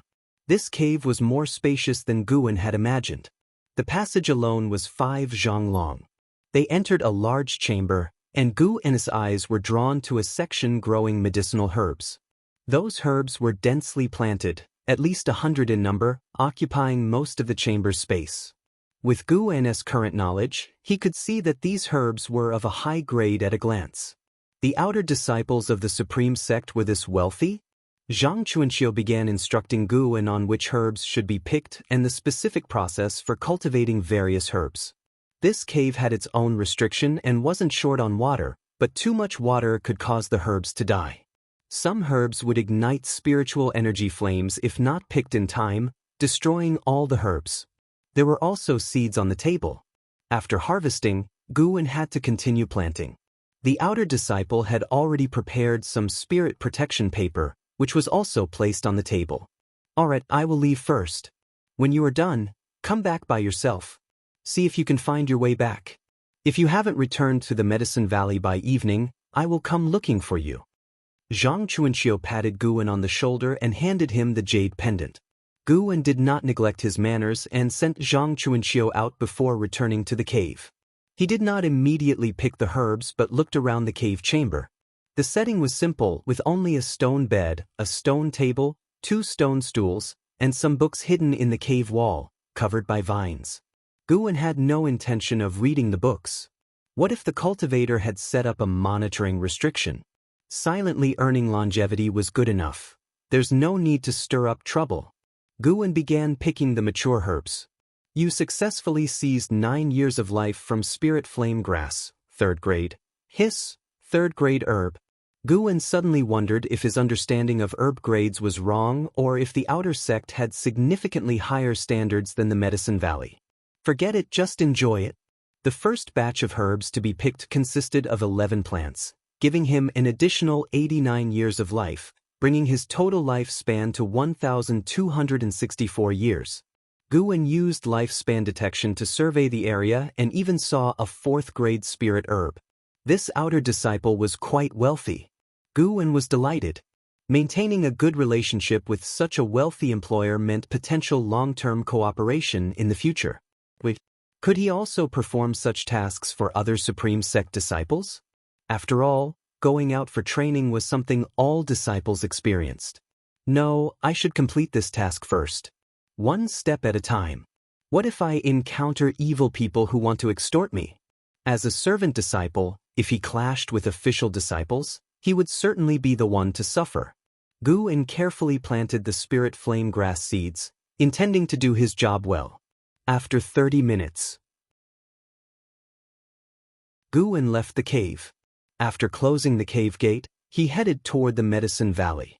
He feared encountering demons like the demon of greed again, so he walked quickly. Thanks to the dragon strength divine primordial skill, Guwen returned to the valley entrance in an hour. Before he could get close, he saw someone. Chu Jingfeng. Chu Jingfeng, with his right arm severed, looked weathered, wearing a black robe, a far cry from his former self.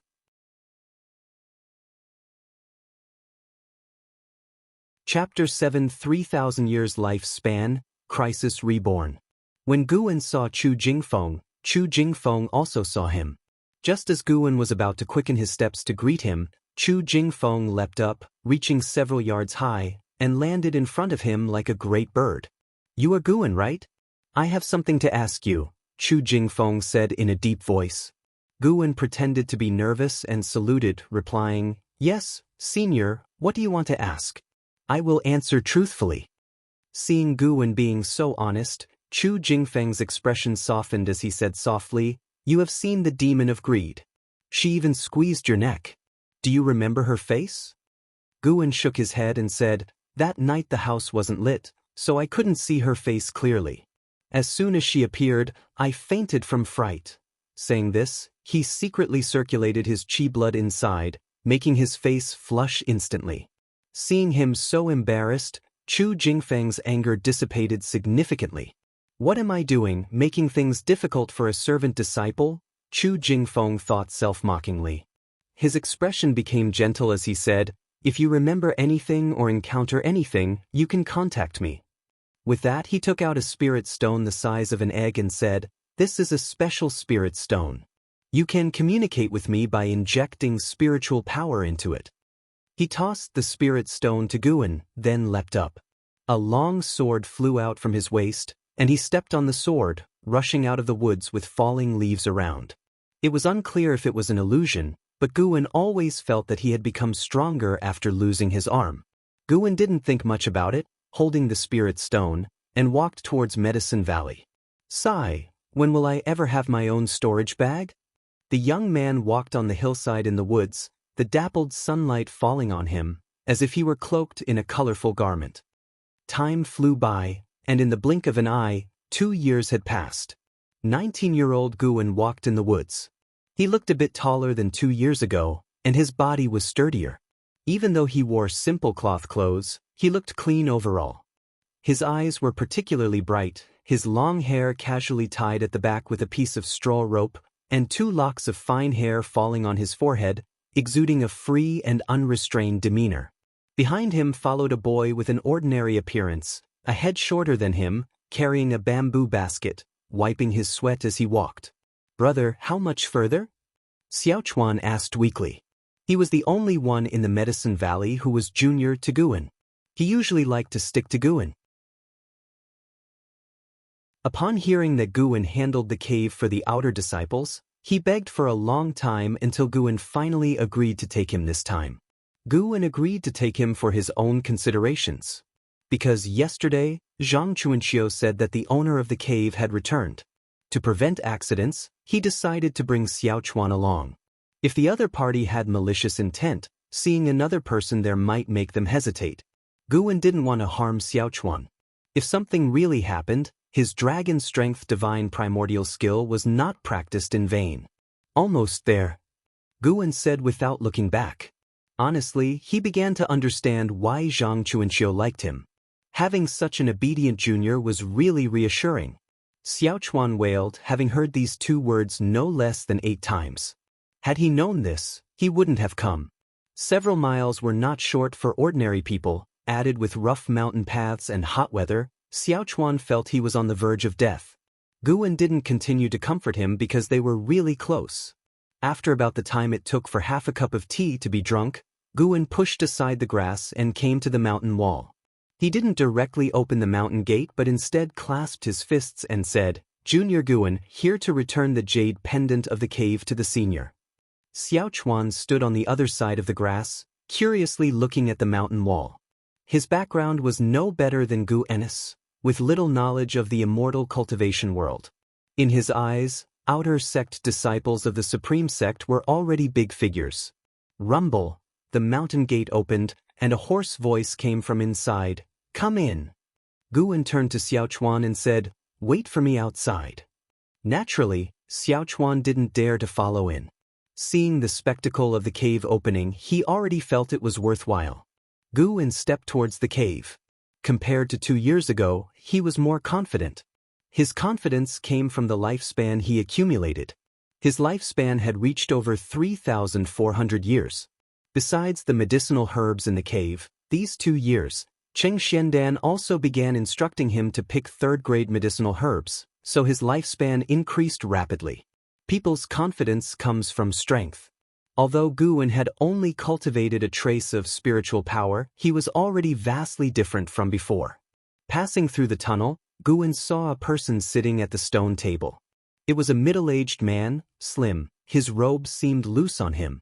His black and white hair, sunken eyes, and prominent cheekbones gave an impression of deep scheming. At the first glance of him, Guan felt that this person was not kind. Zhu Moyan, Energy Cultivation Realm, 9th layer 58/130/140, this lifespan limit was not even as high as Zhang Chunkius, indicating his aptitude was not as good as Zhang Chunkius. The reason why his cultivation level was higher than Zhang Chunkius was probably due to the elixir. Guan speculated in his heart. He quickly walked to Zhu Moyan and took out the jade pendant of the cave, offering it with both hands. Zhu Moyan took back the jade pendant and said softly, "You did well, I am satisfied. Here is a bag with 10 mid-grade spirit stones, take it." He picked up a cloth bag on the table and handed it to Guan. Guan respectfully accepted the cloth bag, secretly weighing it, and then thanked Zhu Moyan. "You may go now." Zhu Moyan waved his hand. Guan nodded, saluting again, then turned to leave. As he turned, his sharp eyes caught something. His reaction was quick, immediately casting a life-span detection spell. Demon of Greed, 2nd grade 31/140/180. Guan maintained a calm demeanor, quickly leaving. Zhu Moyan watched Guan's back, his eyes turning cold. When he heard the sound of the mountain gate closing, he snorted coldly and murmured, "Lucky for you." The outer disciples' cave restrictions were very low level, essentially magical mechanisms. Thus, even outside the cave, Guan heard Zhu Moyan's muttering, which made him even more uneasy. Indeed, there was a problem. Guwen had previously suspected why the demon of greed didn't affect Zhu Moyan's cave along her way.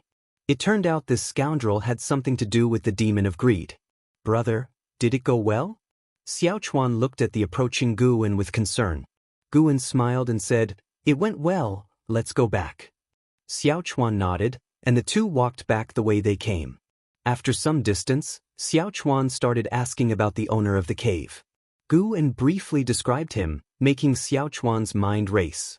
During the remaining journey, Guwen didn't pay much attention to Xiaochuan, his mind filled with thoughts of the demon of greed and Zhu Moyan's words. No, he couldn't ignore this. It was too dangerous. Guwen thought of the spirit stone left by Chu Jingfeng and decided to seek his help. But before that, he needed to boost his strength just in case. After 3 years of not gambling his life, just thinking about it made Guwen excited. The dragon strength divine primordial skill could conceal his aura. Even if he had spiritual power, it could be hidden well.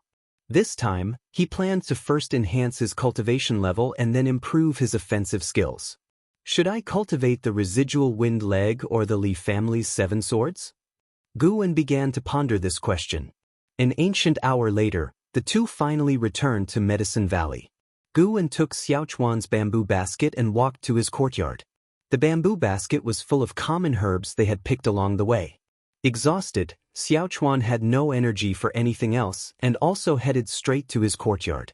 Guwen returned to his room, closed the door, and placed the bamboo basket and cloth bag on the table before heading to his bed. He took a deep breath, first sensing the auras of others in Medicine Valley. Meng Lang was practicing spells in the woods. Cheng Xiandan was refining elixirs, and Zhang Chuanxiu was struggling to absorb energy. It seemed no one was paying attention to him. Guwen called up his attribute panel. Name, Guwen, lifespan, 19/3463, spirit root, 5 elements, decent spirit root, can invest lifespan to evolve cultivation. Cultivation level, energy cultivation realm, first layer, can invest lifespan to evolve cultivation. Cultivation techniques, fire control art, not mastered. Springwood skill, not mastered. Dragon strength divine primordial skill, mastery. Can invest lifespan to evolve cultivation.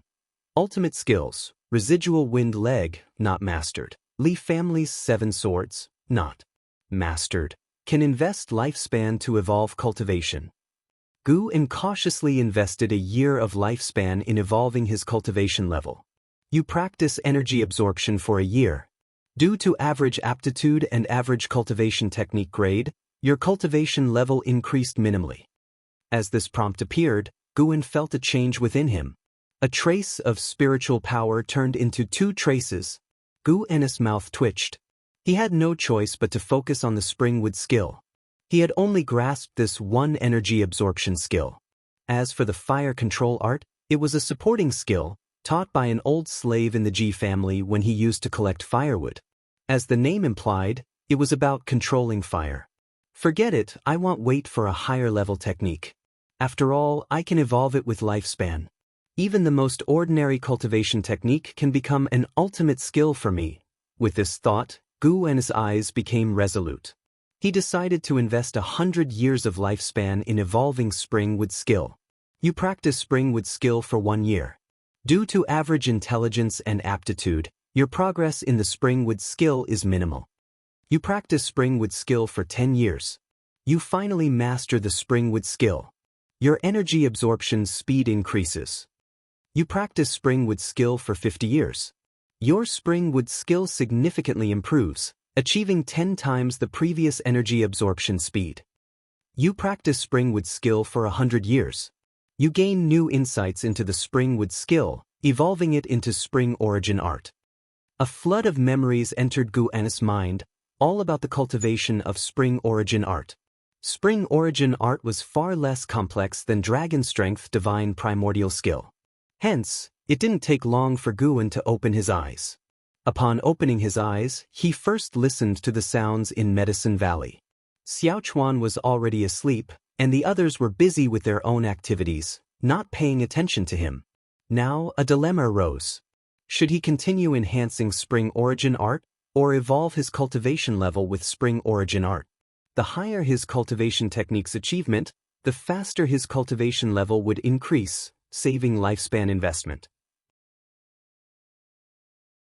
After much thought, Guan concluded that the cultivation technique was paramount and couldn't be taken lightly. He decided to invest 1,000 years in it first.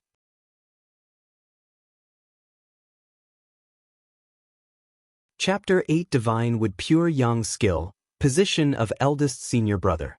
Guan did not immediately invest his lifespan in cultivation and training, afraid the movement might be too great with the precedent of the Dragon Strength Divine Primordial Skill. Wait until tonight. By then, even if there was a big movement, Xianxia and Xianxia would probably be too scared to come out of their rooms. Night quickly fell. Guan waited until Meng Lang went inside to rest before he pulled up his attribute panel. He focused his attention on the spring origin art and chose to invest 1,000 years of lifespan to evolve it. Heavenly gods bless, do not waste my 1,000-year lifespan. Guan prayed silently while rubbing the white spirit rat, hoping to get some luck from it. You have invested 1,000 years of lifespan in the spring origin art to evolve and cultivate it. You practiced the spring origin art for a year, but due to your mediocre comprehension and qualifications, your cultivation growth is weak. You practiced the spring origin art for 10 years and reached a new realm of understanding in it. You practiced the spring origin art for 100 years and developed more ideas about it by sensing the earth and forests. You practiced the spring origin art for 200 years, and your spring origin art advanced to the withered wood spring birth skill. You practiced the spring origin art for 500 years and reached the transformation realm understanding of the withered wood spring birth skill, your wood spirit root improved. You practiced the spring origin art for 800 years, and by comprehending nature, your withered wood spring birth skill advanced to the divine wood pure yang skill. You practiced the spring origin art for 1,000 years and reached mastery in the divine wood pure yang skill, your wood spirit root improved. Seeing the notifications line by line, Guan caught a few key points and suddenly burst with joy, as a flood of memories surged into his mind. His consciousness immersed in the inheritance, his whole body radiated green light as wisps of forest green spiritual energy emerged from the ground inside the room. Meanwhile, Xianxia, who was practicing in his room, opened his eyes and looked at his windowsill. The sudden strong wind outside made his window shudder. He quickly got up and walked to the window, took a quick glance outside, and promptly closed it. He hurried to the table, blew out the oil lamp, and hid in bed. No, I need to leave sooner, this Medicine Valley is getting weirder and weirder. Also frightened was Meng Lang, who lay under the covers shivering. Xiaochuan, already exhausted from the day's efforts, slept like a log, snoring thunderously. Cheng Xiandan meditated in front of his pill furnace, sensed the movement outside the window, and looked out at the night sky with deep eyes, showing neither fear nor curiosity, as calm as a secluded well. For a long time, Guan finally woke up, opened his eyes, and felt a different world. He could distinctly feel the wood attribute spiritual energy in the air and sense the vitality of the flowers, grasses, and trees. This feeling was very wonderful. At the movement of his thoughts, the previous notifications reappeared before him. Seeing his wood spirit root improve, he was delighted. Cultivation techniques could actually improve spirit roots, so no need to gamble hard on spirit root qualifications anymore. This thing was practically a bottomless pit. Guan had only tried it once but already had a psychological shadow. He tried circulating the divine wood pure yang skill, and unlike before, he could instantly absorb the wood's spiritual energy between heaven and earth. After entering his body, the wood's spiritual energy flowed into his dantian and transformed into wood attribute spiritual power. The whole process was smooth and slick. Just one breath outperformed half a year's effort before. Guan suddenly felt like he was dreaming, feeling as if he had become a genius all of a sudden. If so, there was no rush to improve his cultivation level. When his lifespan broke through 1,000 years, he gained the ability to detect lifespan. Perhaps when his lifespan broke through 10,000 years, new abilities would appear. Besides, with his current cultivation speed, he felt he could rely on cultivation to improve his level. Although there was no rush to improve his cultivation level, his attack methods needed enhancement. The Dragon Strength Divine Primordial skill was a supporting skill and had no techniques. His gaze fell on the residual wind leg. The Li family 7-sword techniques were swordsmanship. He didn't have a treasure sword, and swordsmanship relied heavily on cultivation level. The residual wind leg was different. It relied on his legs. His physical strength could already easily crush a Foundation Establishment realm demon of greed. If combined with the residual wind leg, the power would surely increase significantly. How much lifespan to invest? Guan was torn, afraid that too little would be meaningless and too much would be distressing. Forget it, round it up, invest 500 years. Guan excitedly invested 500 years of lifespan into evolving and training the residual wind leg. You practiced the residual wind leg for a year, but due to your mediocre comprehension and qualifications, your leg technique, although smooth, did not display the power of the residual wind leg. You practiced the residual wind leg for 10 years, and years of hard training brought your residual wind leg to peak perfection. You practiced the residual wind leg for 100 years, and your residual wind leg returned to its original simplicity, resulting in new insights. Your residual wind leg advanced to the wind shadow leg.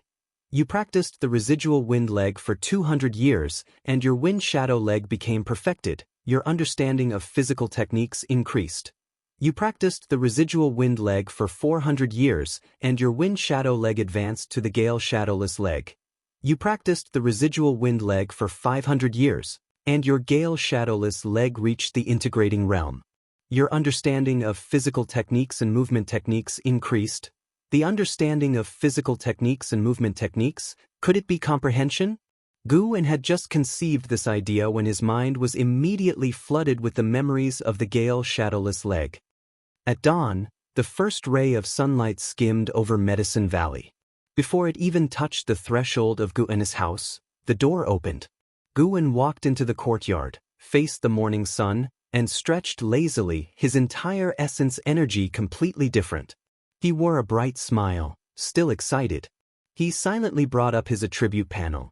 Name, Guan, lifespan, 19/1862, spirit root, top tier wood spirit root, for improved spirit roots, can invest lifespan for evolutionary training. Cultivation level, energy cultivation realm second layer, can invest lifespan for evolutionary training. Cultivation technique, fire control art, not mastered. Divine wood pure yang skill, mastery. Dragon strength divine primordial skill, mastery. Can invest lifespan for evolutionary training. Ultimate skill, gale shadowless leg, integrating realm. Li family 7 swords, not mastered. Can invest lifespan for evolutionary training.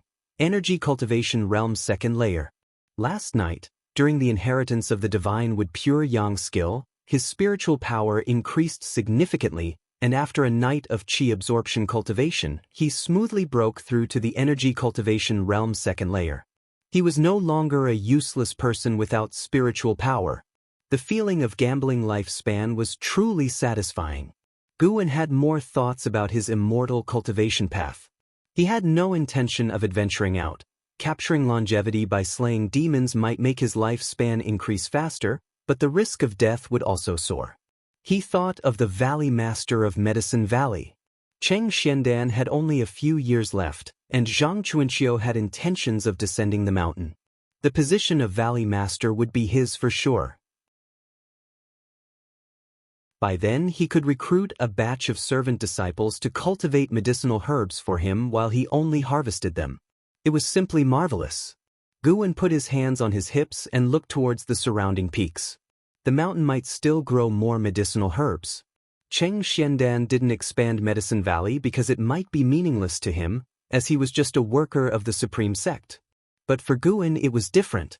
He didn't need to share more herbs, he just wanted to capture their lifespans. The more Guan thought, the more excited he became, and he began to kick his legs and stretch his body on the spot.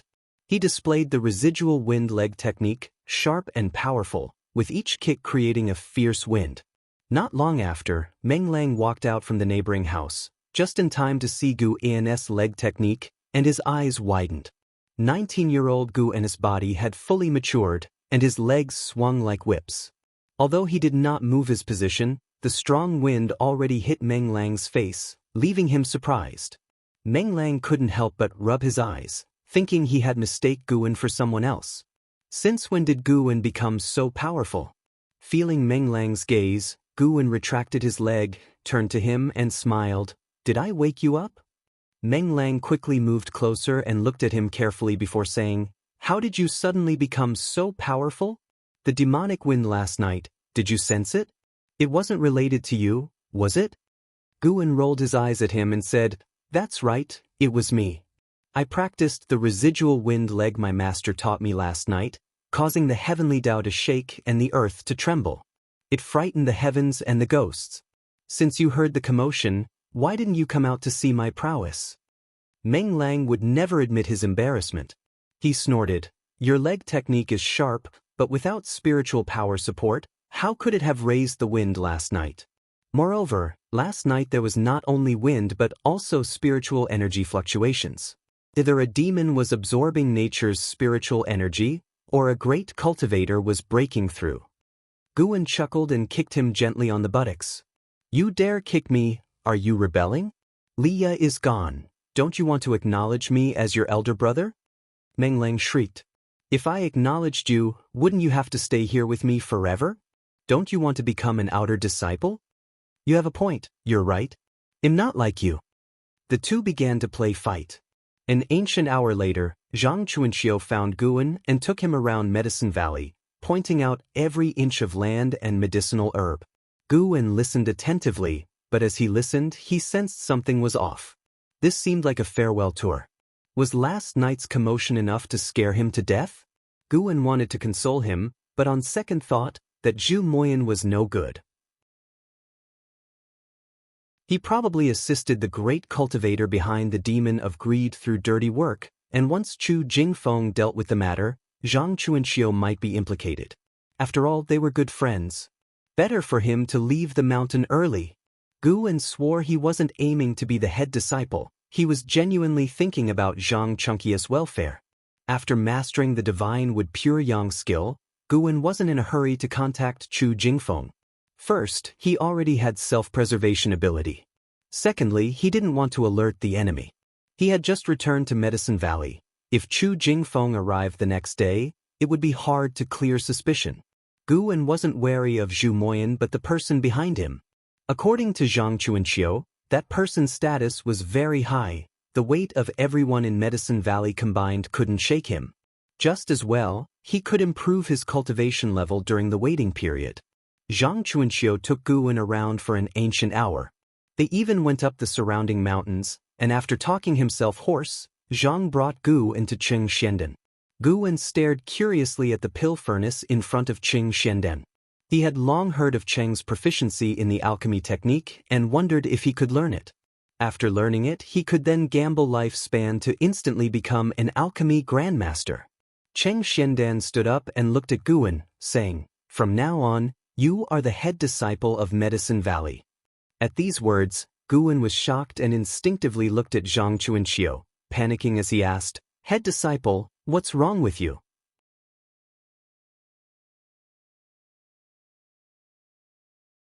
Chapter 9: The Life of the First Disciple. Looking at Guwen, who was worried about him, Zhang Chuanxiu felt very gratified. As he was about to descend the mountain, Zhang Chuanxiu was most reluctant to part with not his master, but his junior brother Guwen. He was too obedient, too honest. Zhang Chuanxiu shared the same sentiment as Leah, worrying for Guwen, fearing that he might be bullied in the future. "I have stayed in Medicine Valley for 40 years, it's time for me to descend the mountain. My aptitude for immortal cultivation is mediocre, and I have no hope of reaching foundation establishment in this lifetime. Rather than wasting away here, it's better to descend the mountain and enjoy the rest of my life. Junior brother Gu, you should take on the role of senior brother. Meng Lang is lazy and can't be the senior brother," Zhang Chuanxiu said seriously, patting Guwen on the shoulder. Guwen hesitated, "But, without you, senior brother, I'm afraid Qing Xianden spoke. "If you are unwilling, let Meng, I can do it." Guwen interrupted hastily. "Zhang Chuanxiu, who was trying to comfort him, was stunned. Cheng Xiandan looked deeply at Guwen without saying more. Guwen fake coughed and said, "I can't betray senior brother's intention. Honestly, I'm afraid that if Meng Lang becomes senior brother, he will boss me around every day." Hearing his last words, Zhang Chuanxiu couldn't help but laugh out loud. The atmosphere instantly eased, and Zhang Chuanxiu started encouraging Guwen, who listened attentively. After chatting for a while, Zhang Chuanxiu rolled up his sleeves, kowtowed 3 times to Cheng Xiandan, and then stood up and left, leaving Guwen and Cheng Xiandan alone. "You see, people can't stay in Medicine Valley. If you don't want to stay here forever, you can say so in advance. As your master, I might be able to assist you," Cheng Xiandan said calmly. Guwen said quickly, "Disciple is willing to stay in Medicine Valley for a lifetime. Don't be in a hurry to answer, because it really might be for a lifetime." "Master, I dare not lie. I truly want to stay here for a lifetime.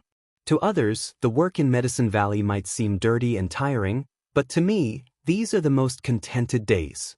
Master takes good care of me, and the senior and junior brothers are very friendly. I really am willing to stay here for a lifetime," Guwen said seriously. At this moment he needed to show his sincerity. Cheng Xiandan said quietly, "You must have a background. It's not a coincidence that you survived the demon of greed, and the turbulent spiritual energy yesterday originated from your courtyard." Guwen got anxious. "Master, I really have no background. The only backer I ever had might be Ji Xiaoyu of the Ji family, but I am just her house servant." "Ji family?" Cheng Xuandan's eyes widened. This was the first time Guwen saw such a drastic change in his expression. On his face, Guwen saw fear, anger, and dread, various negative emotions mingling together, making his expression grim and terrifying. Terrible. This old geezer must have a grudge against the Ji family. Guwen felt uneasy and thought he might have gone too far. "I see. From now on, you will be the head disciple of Medicine Valley," Cheng Xiandan said after taking a deep breath. The tide turned. Guwen breathed a sigh of relief. Regardless of whether Cheng Xiandan was sincere, he would take the head disciple position first. Even if Cheng Xiandan had ill intentions, he wouldn't live long. Guwen wasn't afraid of Cheng Xiandan plotting against him. Could Cheng Xuandan's frail body withstand the blows better than the demon of greed? "Disciple will definitely work diligently and not disappoint master," Guwen assured hastily. Cheng Xiandan waved his hand, "Go and call Meng Lang and Xiaochuan." Upon hearing this, Guwen immediately bowed and then turned to leave. After the time it takes for 1 incense stick to burn, Guwen, Meng Lang, and Xiaochuan walked down from the pavilion. Xiaochuan was extremely excited, addressing Guwen as senior brother nonstop. Meng Lang was indignant and angrily said, "Why are you the senior brother? Why not me? My cultivation is higher than yours, and my background is better than yours." Guwen didn't get angry at his words, but turned back and smiled. "Meng Lang, being the senior brother is not an easy task. Once you take it on, it's for life. Master sees that you have the heart for immortal cultivation, so he let me take the position." "Really?"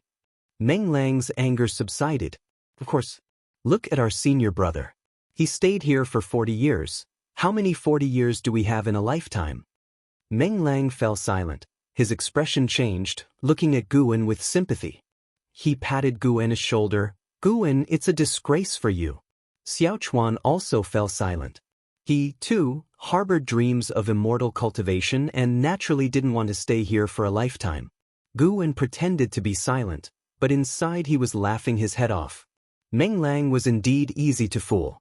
Just like that, Guwen's life as the head disciple began. Cheng Xiandan let him manage all the affairs of Medicine Valley.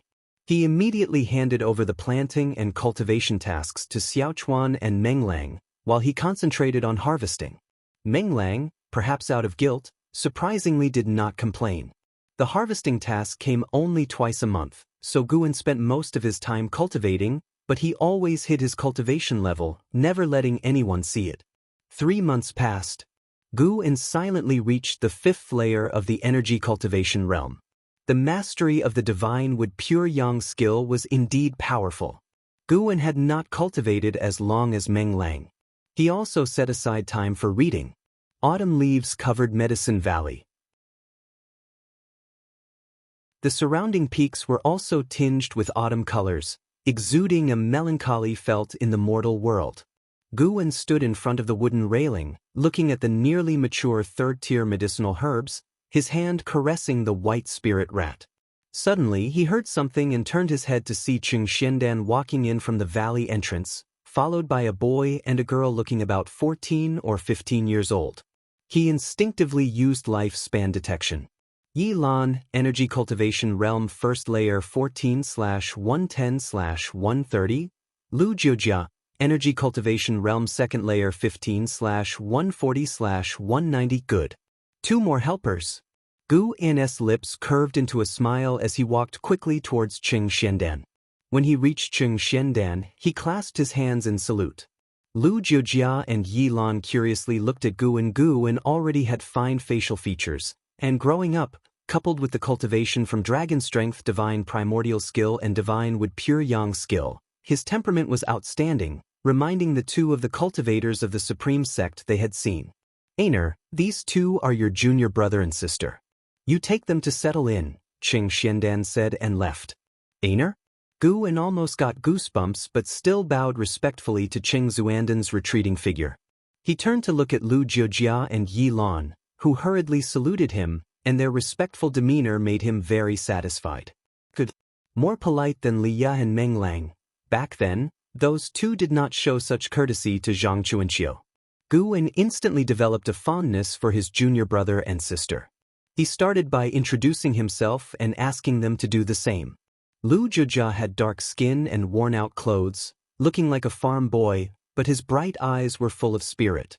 Yi Lan was slender and her attire was luxurious, but her face could only be considered decent.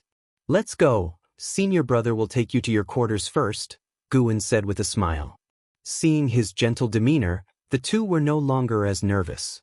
On the way to the disciples' courtyard, Yi Lan couldn't help but curiously ask about the other disciples in Medicine Valley. Guwen introduced them truthfully. Later, he called Meng Lang and Xiaochuan to meet the 2 new disciples. Unlike Zhang Chuanqiu, Guwen truly wanted to manage the relationships within the sect well. After all, he intended to become the Valley Master. The addition of Yi Lan and Lu Jiujia reminded Guwen of Zhu Moyan and the Demon of Greed. We must resolve this matter soon to avoid endangering the junior brother and sister. Guwen held this thought while beginning to teach his junior brother and sister how to do their tasks. That night, he closed his room door and took out the spirit stone given by Chu Jingfeng, injecting a trace of spiritual power into it, and the spirit stone started heating up. Guwen felt quite fascinated, as it was his first time using such immortal cultivation technology. A few breaths later, Chu Jingfeng's voice came through. Who? Well, how many people did you give such spirit stones to? Guwen stifled his urge to complain and said, Senior, I am Guwen from Medicine Valley. Chu Jingfeng remained silent. Guwen felt a little awkward. Fortunately, Chu Jingfeng soon spoke. Do you have intelligence on the Demon of Greed? Yes. Guwen replied firmly and then recounted what he had seen and heard. After he finished speaking, Chu Jingfeng asked in a deep voice, Are you sure? Absolutely, without any falsehood. He is not far from Medicine Valley. I am just concerned he might harm us, Guwen said seriously. Good, I will handle this matter personally. I will go to the outer sect to find his cave address. You won't be troubled by this anymore. Thank you, Senior. If this matter is resolved smoothly, I hope you won't mention me. I am of mediocre aptitude and wish to avoid trouble. I only seek a safe life. I will be discreet. With that, Chu Jingfeng cut off the connection through the spirit stone. Guwen placed the spirit stone on the table, carefully pondering over his interactions with Chu Jingfeng and Zhu Moyan to see if there were any flaws. Such trouble. I hope this matter can pass smoothly. I just want to farm, Guwen thought to himself. Compared to fighting, he preferred the peaceful life of picking herbs. After informing Chu Jingfeng, Guwen patrolled daily, while also keeping a close eye on his junior brother and sister, fearing they might wander out of Medicine Valley. For 3 consecutive days, everything was calm.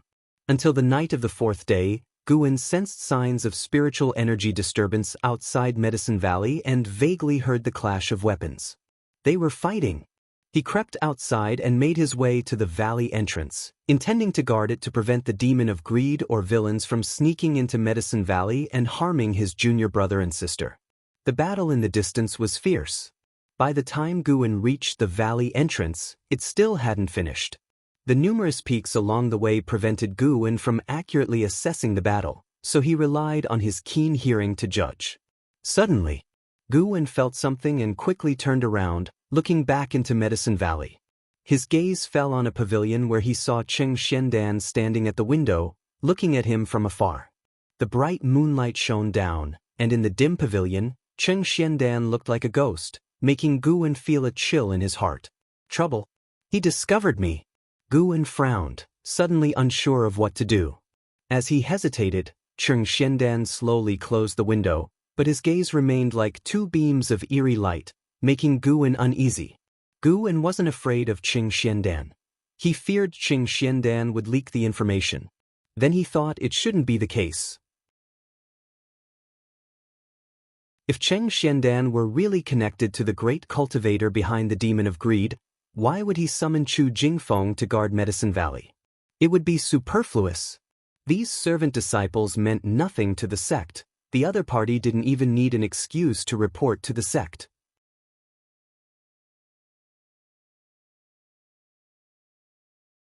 Chapter 10, Alchemy, a Jade and a Promise. Guwen tried hard not to think too much about Cheng Xuanden's intentions. He focused his attention outside the valley to avoid any enemy attacks. He stayed on guard for the entire night. At dawn, Guwen quietly returned to his room. Guwen wanted to check the battlefield but feared it might be a trap, so he held back. The addition of Yi Lan and Lu Jiujia brought more vitality to Medicine Valley. The two of them ran around the valley with Xiaochuan, full of youthful energy, making the usually quiet Xiaochuan lively as well. Guwen leaned against the wooden fence of a garden area, holding the Green Hero Travelogue in his hands, enjoying the autumn breeze. His gaze occasionally drifted toward Cheng Xuanden's pavilion. The confrontation from last night lingered in his mind. He wanted to talk to Xianxia but feared shattering the delicate balance. At that moment, Lu Jiujia approached Guwen and asked expectantly, "Senior brother, I heard from senior brother Meng that you are skilled in a profound leg technique. Could you teach me? I'm willing to take over all the picking tasks." Guwen looked at him and smiled. "It's not that I'm skilled. If you want to learn, I can certainly teach you. As for the picking tasks, I'll handle them. I need to keep myself busy, and I enjoy picking." Hearing this, Lu Jiujia admired Guwen even more. Senior brother really is a good person. He was extremely excited. Guwen put away the book in his arms and began teaching Lu Jiujia the residual wind leg technique. Before long, Xiaochuan and Yilan also came to learn. As for Meng Lang, he couldn't put aside his pride and believed that Guwen wasn't as strong as him. He mentioned Guwen's leg technique only to avoid being pestered by Lu Jiujia. The residual wind leg techniques were fierce. Even with Guwen holding back, the young teens were still amazed. An ancient hour later, just as Guwen was thinking of finding an excuse to slip away, a voice came from a distance. "An heir, come over here." Guwen turned his head to see Xianxia standing by the window, waving at him. It had come. Guwen immediately walked towards Cheng Xuanden's pavilion. Xiaochuan and the other two thought nothing of it and continued practicing the residual wind leg. He walked all the way into Cheng Xuanden's room, closed the door behind him, quickly approached Xianxia, and bowed. Xianxia was sitting in meditation in front of the pill furnace. He pointed to the other side of the furnace and said, "Sit." Guwen walked to the indicated spot and sat cross-legged, preparing his words in his mind. "You're looking for Chu Jingfeng?" Cheng Xuanden's first words interrupted Guwen's thoughts. Straight to the point. Guwen didn't pretend anymore and replied, "Yes, he found me before. He said that if there were any clues about the demon of greed, I should contact him anytime. Senior brother Zhang recommended me to take care of the cave of an outer sect disciple named Zhu Moyan. When Zhu Moyan returned, I went to hand over duties and saw the demon of greed hidden behind the vines. His cave is too close to us, so I had to find Chu Jingfeng. Cheng Xiandan nodded and said, "You did the right thing. Indeed, this matter can only be entrusted to Chu Jingfeng. Chu Jingfeng is extraordinary. Not only is he highly talented, but he also has an illustrious background. That's why he could become an inner sect disciple with his foundation establishment realm cultivation level. A big background? No wonder he dared to investigate the demon of greed." Guwen felt relieved. He also worried that if Chu Jingfeng failed, the great cultivator behind the demon of greed would find him. Chu Jingfeng has always been investigating the demon of greed. That's why he took on our Medicine Valley's task. This is a game between his father and an elder in the sect. However, as your master, I am curious. Why did you only look for Chu Jingfeng recently, when it's been months since you returned from Zhu Moyan's cave? Cheng Xiandan stared at Guwen and asked. Guwen replied helplessly, "Master, you should know me. I dislike trouble and don't want conflicts. Whatever Meng Lang orders me to do, I am too lazy to argue. So I initially pretended not to see anything. But since Master brought junior brothers and sisters into Medicine Valley, I had to contact Chu Jingfeng." Gu N's words were sincere. That was indeed the reason. Cheng Xiandan gave him a deep look, then glanced at the pill furnace and said, "You did well. From now on, you will be my true disciple. I will teach you everything I know. As for this matter, let's both forget it. Neither Chu Jingfeng's father nor the big figure behind the demon of greed is someone we can provoke." Hearing this, Guwen froze, staring at Cheng Xuandan's profile, suddenly feeling that he had misunderstood his master. "Master!" Guwen immediately stood up and bowed deeply to Cheng Xiandan, very solemnly.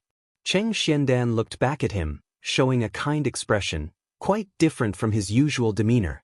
"In the future, if there's anything you wish to know or learn, come to me. Don't feel like you're disturbing me. I don't have many years left, and the days I can teach you are limited." Cheng Xuandan's eyes and tone were unprecedentedly gentle. Guwen sat down and cautiously asked, "Master, can you make youth-preserving pills?" The standard equipment for an immortal cultivation protagonist is taking a youth-preserving pill right at the start and maintaining eternal youth. Guwen didn't want to become an old man with white hair in the future. Cheng Xiandan shook his head and laughed, then raised his hand. With a gesture, a jade bottle appeared in his hand. He poured out a pill and handed it to Guwen. Guwen didn't hesitate and swallowed it directly.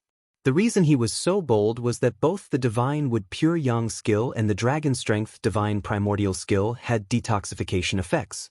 Describing him as impervious to all poisons was no exaggeration. Seeing Guwen completely unguarded, Cheng Xiandan felt gratified. After taking the youth-preserving pill, Guwen didn't feel any different, as if he had just eaten a piece of icy candy that melted in his mouth. "Do you have any thoughts about alchemy?" Cheng Xiandan asked. Guwen's eyes lit up, and he quickly nodded. "To be honest, Master, I've wanted to learn alchemy from you for a long time, but I was too embarrassed to ask." Cheng Xiandan stroked his beard and laughed heartily. The atmosphere inside the room became very warm. Cheng Xiandan began to teach him alchemy, starting with lighting a fire in the pill furnace. Having learned the fire control art, Guwen learned quickly, making Cheng Xiandan mistakenly believe he had a talent for alchemy. Later, when Cheng Xuandan's discussion moved away from fire, Guwen started getting confused, causing Cheng Xiandan to become silent for a while. After Guwen and Cheng Xiandan established a true mentor-apprentice relationship, Medicine Valley became even more lively. Having stayed indoors for years, Cheng Xiandan started to come out, offering guidance on how to cultivate medicinal herbs. Lu Jiujia and Yi Lan grew more fond of Cheng Xiandan, often praising him as kind and amiable, which made Meng Lang sneer. Since that night's battle, there had been no more fights outside the valley. Chu Jingfeng and Zhu Moyan didn't come to Medicine Valley. Guwen didn't dare to investigate and kept it in his heart. Time flew by. A year quickly passed. Guwen turned 20. His lifespan had extended to over 2,800 years. One noon, Guwen was lying on a cliff halfway up a mountain reading a book. Below was Medicine Valley, where he could see Xiaochuan and Lu Jiujia practicing leg techniques. Ever since the words Alchemy appeared on Gu An's attribute panel, he had stopped bothering Cheng Xiandan. The process of learning alchemy was extremely tedious. It's worth mentioning that on Gu An's suggestion, Cheng Xiandan exchanged more seeds from the outer sect. After truly becoming master and apprentice, Cheng Xiandan was very competent. Gu An used his left hand as a pillow, holding the book with his right. He blew out a breath, using his qi to flip the pages. His eyes suddenly widened as he sat up abruptly. The latest Green Hero travelogue contained illustrations. This is something. Gu An carefully examined the illustrations, muttering critiques as he did so. A screaming sound came from the sky. He looked up sharply, his eyes turning sharp. A white eagle with a wingspan of nearly 10 feet descended, releasing a letter close to Gu An. He caught it easily. The eagle drew a perfect arc in the air and quickly disappeared behind the mountain. What a magnificent eagle! Gu An couldn't help but think of his white spirit rat, which was only palm-sized and utterly useless. He opened the envelope, finding not only a letter but also a jade pendant engraved with the character Chu. He attached the jade pendant to his belt, tucked the Green Hero travelogue into his bosom, and then read the letter. The letter was written by Chu Jingfeng. Chu Jingfeng briefly recounted the previous battle, stating that Zhu Moyan had died by his sword. Over the past year, he had collected evidence and brought down the great cultivator who manipulated the demon of greed. He advised Gu An not to worry about this matter anymore. The jade pendant was a token of the Chu family. If Gu An ever faced an unsolvable problem, he could use it to find Chu Jingfeng or his clan members. The Chu family acknowledged the jade, not the person. One jade meant one promise. Gu An's fondness for Chu Jingfeng increased significantly. He didn't expect this proud inner sect disciple to be so loyal. Even if Chu Jingfeng didn't repay him, he couldn't do much, since he had previously told Chu Jingfeng not to contact him.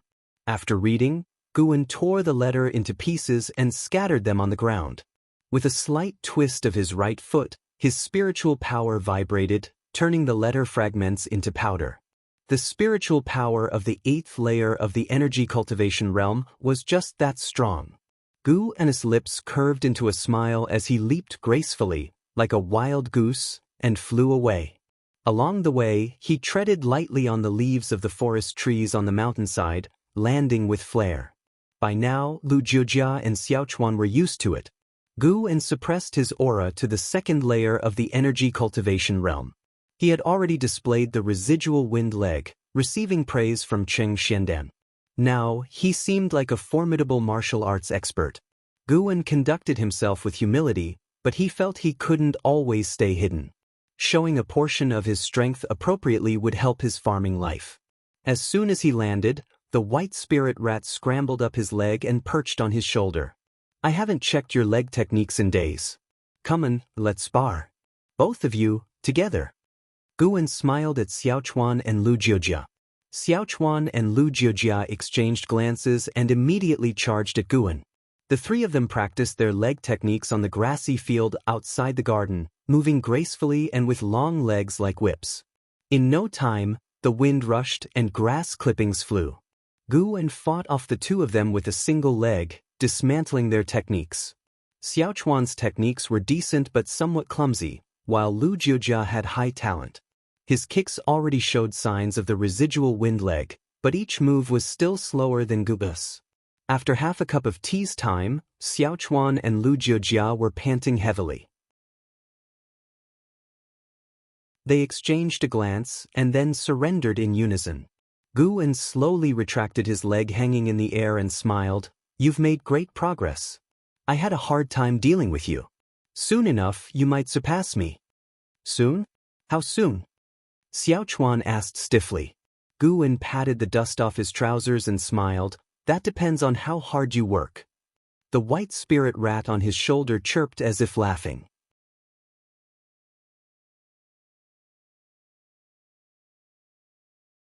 Chapter 11. Ji Family Ultimate Skill. After giving Xiaochuan and Lu Jiujia a few perfunctory responses, Gu An walked towards his own courtyard. He took out Green Hero Travelogue from his bosom, ready to savor the illustrations in the book. Just as he reached the front of the courtyard, Yi Lan greeted him. "Senior brother, I also want to learn residual wind leg," Yi Lan said angrily. Guwen naturally closed the travelogue and smiled. "Why? Your senior brother Meng is unwilling to teach you spells?"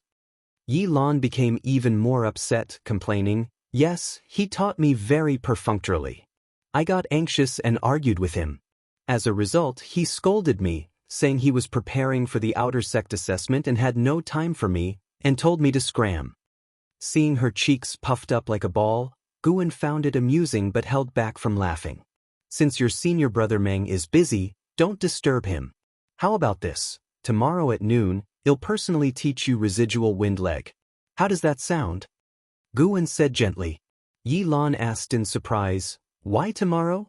Senior brother is tired, please understand. I was just pestered by your two senior brothers. You can go ask them." Guwen pointed to Xiaochuan and Lu Jiujia in the distance.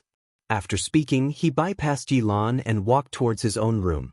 Yi Lan noticed the book in his hand and wondered to herself, "Is this Green Hero Travelogue really that interesting?" Guwen returned to his room and closed the door. He lay on his bed and picked up the Green Hero Travelogue again.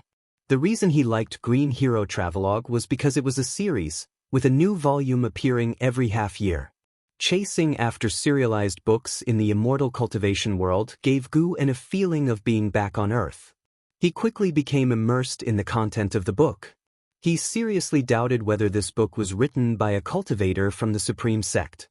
He didn't know the author's cultivation level, but unfortunately, the book did not detail battles, focusing instead on scenic tours, flowers, and the moon. An hour later, Guwen suddenly heard movement in the adjacent room. Meng Lang seemed to be rolling on the ground, his breathing extremely chaotic. Did he make a mistake during his training? Guwen hesitated about whether to check on it. Meng Lang soon stopped. This kid didn't even scream in pain. Accompanied by the surrounding spiritual energy flowing into his room, Guwen knew he had started cultivating again. Tsk.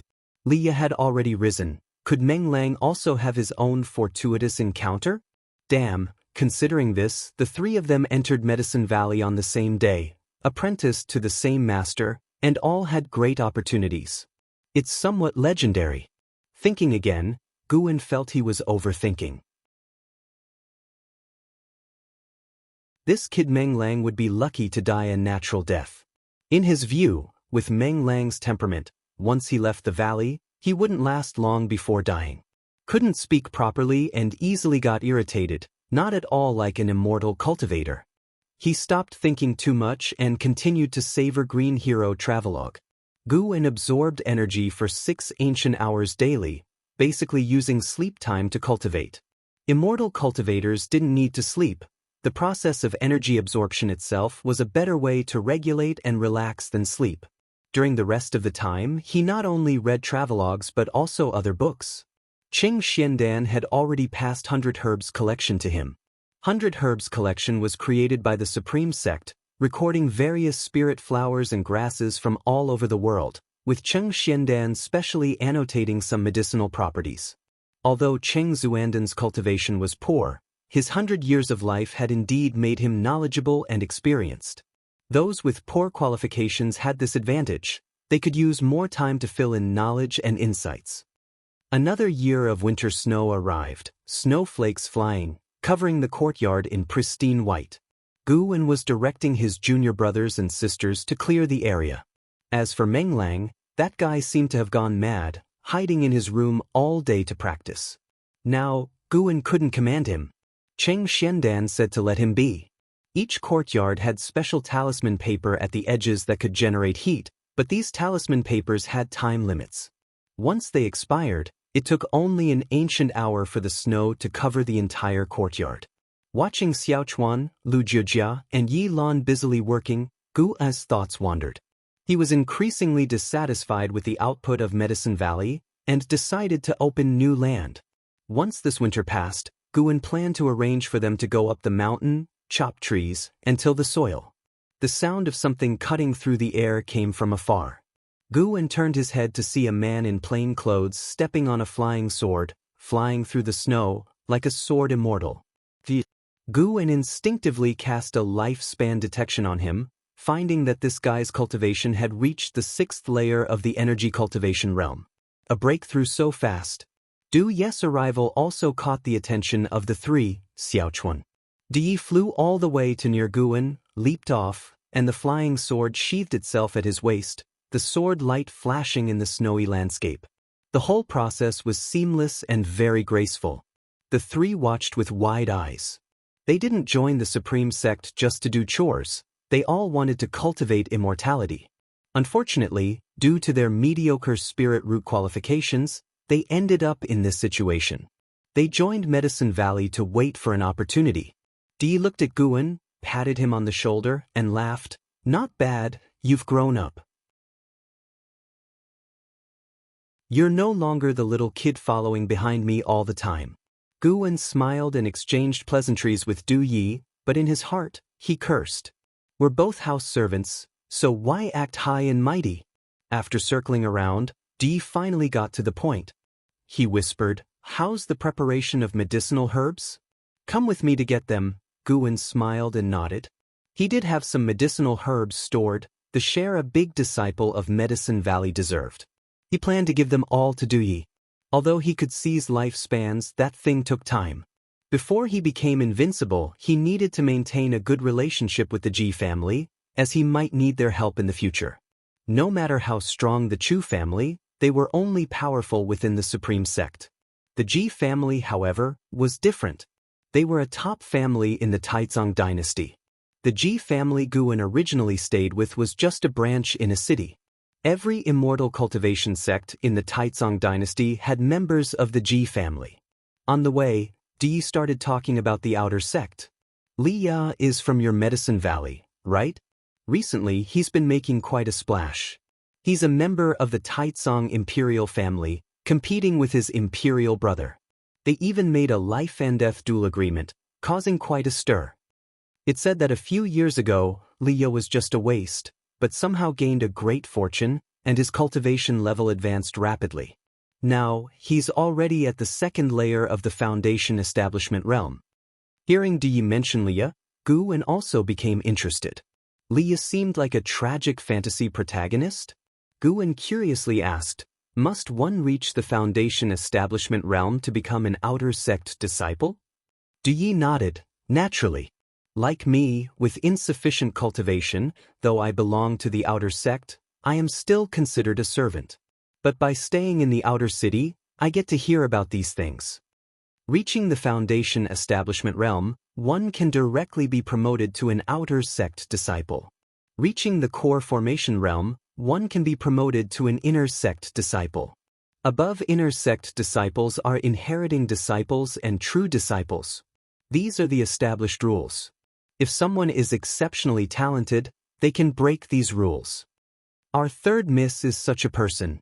She entered as an inheriting disciple and now has aspirations of becoming a true disciple. To become a true disciple, cultivation alone isn't enough. You must also be respected and have sufficient prestige. Hence, we must pave the way for her." Talking about Ji Xiaoyu, Du Yi became very enthusiastic. It was the first time Guwen didn't find him long-winded and listened attentively. As they entered the house, Guwen continued listening while taking out the prepared bundle. After talking for a while, Di finally stopped. He raised his hand and weighed the bundle, dissatisfied. "Why so little?" Guwen smiled. "The future is long. Cultivating immortality isn't a matter of 1 or 2 years. Instead of overstepping my bounds and taking too much, risking banishment from the valley, I'd rather stay put and provide herbs regularly. I will offer everything, not keeping a single plant." Hearing this, Du Ye's expression softened. He asked again, "Really? Truly, with my qualifications, what use do I have for herbs? Living a peaceful life is my pursuit." Guwen nodded. Di opened his mouth but finally sighed. He reached towards his waist storage bag, pulling out a secret book and handing it to Guwen. Guwen looked at it and saw the words 8 direction step. He was surprised. This guy had a conscience? Du Yi introduced, this is a step technique from the Ji family. Although it's only the basic step technique of the Ji family's ultimate skill, Qilin step. If you learn it, you may escape a dangerous situation in the future. This step technique doesn't rely on spirit root qualifications, so as long as you spend time on it, you can master it. Guwen looked at Du Yi in a different light. Just as he was about to say something, Di picked up the bundle, patted Guwen's shoulder again, and walked past him.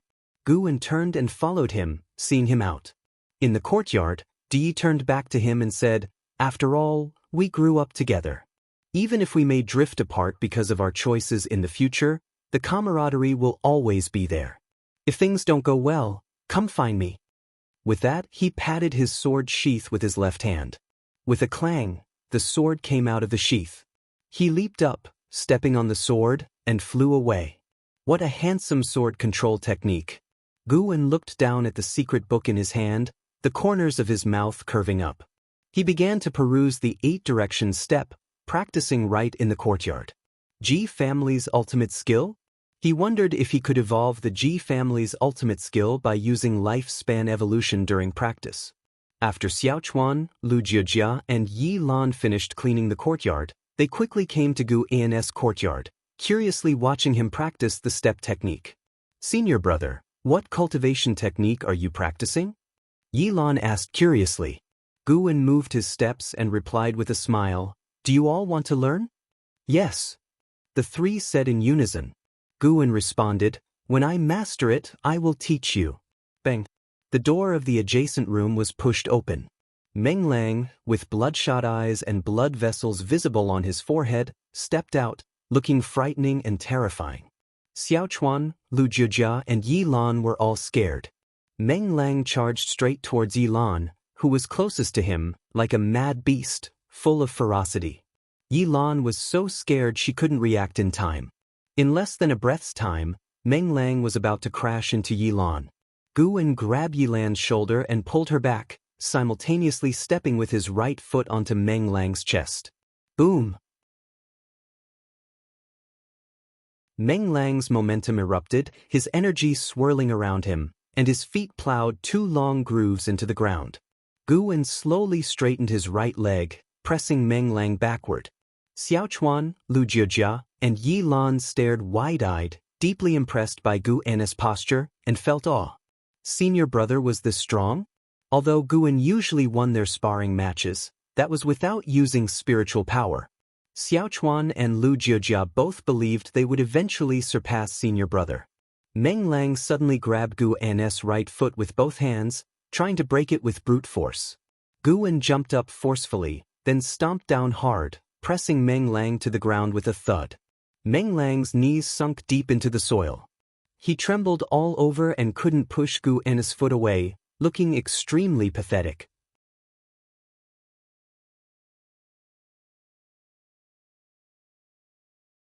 Chapter 12 Foundation Establishment, Night Storm. Seeing Guwen's legs suppress Meng Lang with ease, Xiaochuan, Lu Jiejia, and Yi Lan were extremely excited. Usually, Meng Lang always boasted of being the strongest in Medicine Valley, but today he lost control and was forced to kneel by senior brother's leg. No wonder senior brother isn't Meng Lang. Master has a keen eye. Guwen looked down at Meng Lang, who was kneeling in front of him, and said, still not awake? His spiritual power flowed from his right leg into Meng Lang's body, forcibly calming the chaotic spiritual power within him. Meng Lang's breathing gradually stabilized, the bloodshot in his eyes began to fade, and his fierce expression slowly returned to normal. Seeing him awake, Guwen slowly retracted his leg and then helped him up. Meng Lang suddenly woke up in shock, looking at Guwen and gasping for breath. Guwen, what happened just now? Meng Lang asked with difficulty. The turbulence of qi and blood within him made it hard to speak. Guwen replied, it seems like you had a deviation. Meng Lang's eyes widened in shock and he asked, I didn't harm you guys, did I? Xiaochuan and Lu Jiejia's expressions instantly turned strange. Yi Lan instinctively wanted to answer but was preempted by Guwen. You're lucky, you controlled yourself at the critical moment. Meng Lang couldn't help but breathe a sigh of relief and forced a smile. That's because I am the true senior brother. How How could I harm you? Yilan looked at Guan with eyes full of admiration. Senior brother is not only strong but also very gentle. Xiaochuan and Lu Jiojia had similar thoughts, despising Meng Lang at the same time. Nice words, but you were acting like a ghost just now. Guan sent Xiaochuan and the other two away, then helped Meng Lang back to the house. What cultivation technique are you practicing? It's too dangerous. Guan asked, although he had a poor opinion of Meng Lang. After all, they spent every day together. If possible, he still hoped Meng Lang would be safe. Meng Lang snickered. Of course it's a divine skill, but my aptitude and comprehension are insufficient, prone to mistakes, but I have no choice. I must become an outer disciple. Guan asked in confusion. Why must you become an outer disciple? Didn't you not care about it before? Meng Lang's expression instantly darkened, sinking into silence. Seeing his reluctance to speak, Guan didn't press further. After helping him to bed, he turned and left. To Guan, this event was just a minor episode. He couldn't control the fate of others. Everyone had their own pursuits, and if they died on the immortal cultivation path, it wouldn't be a pity. In the courtyard, Guan continued practicing the 8-direction step. Winter passed, and spring arrived, bringing another year of beautiful scenery. In the early morning, with remnants of ice and snow in Medicine Valley, Guan led his junior brothers and sisters up the mountain. Cutting trees and uprooting roots is also a form of cultivation. You can use your spiritual power, and when it's exhausted, continue cultivating. This helps improve your cultivation level. Guan, dressed in a green robe, stood in the woods and smiled gently. With his hands behind his back, he had the demeanor of an expert. That day, he subdued the deviated Meng Lang with one leg, successfully establishing himself as an expert in the hearts of his junior brothers and sisters. Guan even felt that his little junior sister had other thoughts about him, increasingly clinging to him. Fortunately, he timely guided Yilan to focus on cultivation, diverting her attention. How could immortal cultivation involve emotions? Guan didn't want to get entangled in a whirlpool of feelings too early in this life, as it would lead to losing oneself. Xiaochuan turned back and asked, Senior brother, should we use our hands or our legs? Guan maintained his smile and said, Use whatever is convenient. Cultivation is one aspect, completing tasks is another. Make sure to find the right direction. Is this what Zhang Chuanqiu felt before? Saying nonsense is quite exhilarating. Senior brother Xiaochuan, let's compete to see who is faster. Lu Jiojia eagerly said. Xiaochuan agreed wholeheartedly, and Yilan also clamored to join, but was ignored by the two. They didn't like competing with girls. Guan watched them pull up trees while planning a new garden area. What medicinal herbs should be planted on this mountain? Guan fell into deep thought. Although the three were cultivators, their cultivation level wasn't high. It took them half a day to clear an area.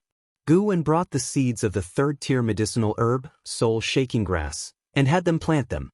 After completing all this, the brothers descended the mountain together, chatting and laughing as the setting sun elongated their shadows on the slope. Guan had his junior brothers and sister talk about their goals. All three aimed to enter the outer sect, but their motives were different. Xiaochuan simply wanted to become stronger, Lu Jiojia wanted to prove himself to his family, and Yilan seemed to have some hidden trouble, speaking ambiguously. Guan listened with great interest, believing everyone should have their own story. Listening to different stories also made his life fuller. A month had passed since planting the soul-shaking grass. That night, the moon was dim and stars were sparse. Guan was in his room, sitting cross-legged on his bed, staring at his attribute panel, conflicted.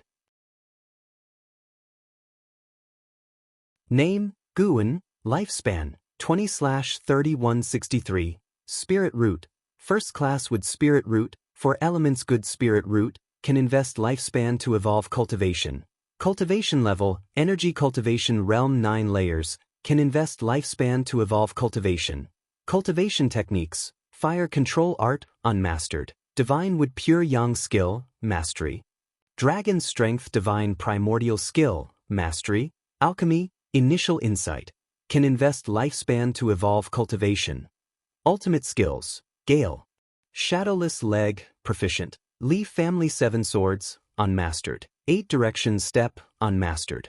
Can invest lifespan to evolve cultivation. Should I invest my lifespan to advance my cultivation realm?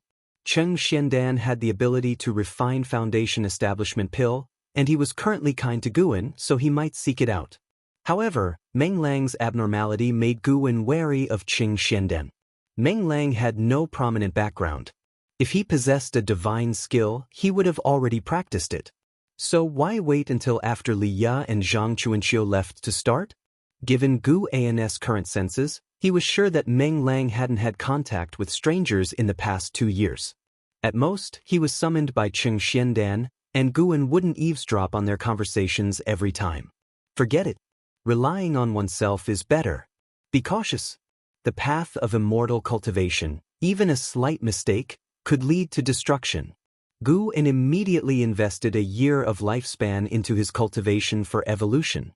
Special reminder, cultivation level is real. During the evolution process, it turns illusion into reality, consuming more lifespan than actual cultivation. You focused on energy absorption cultivation for a year.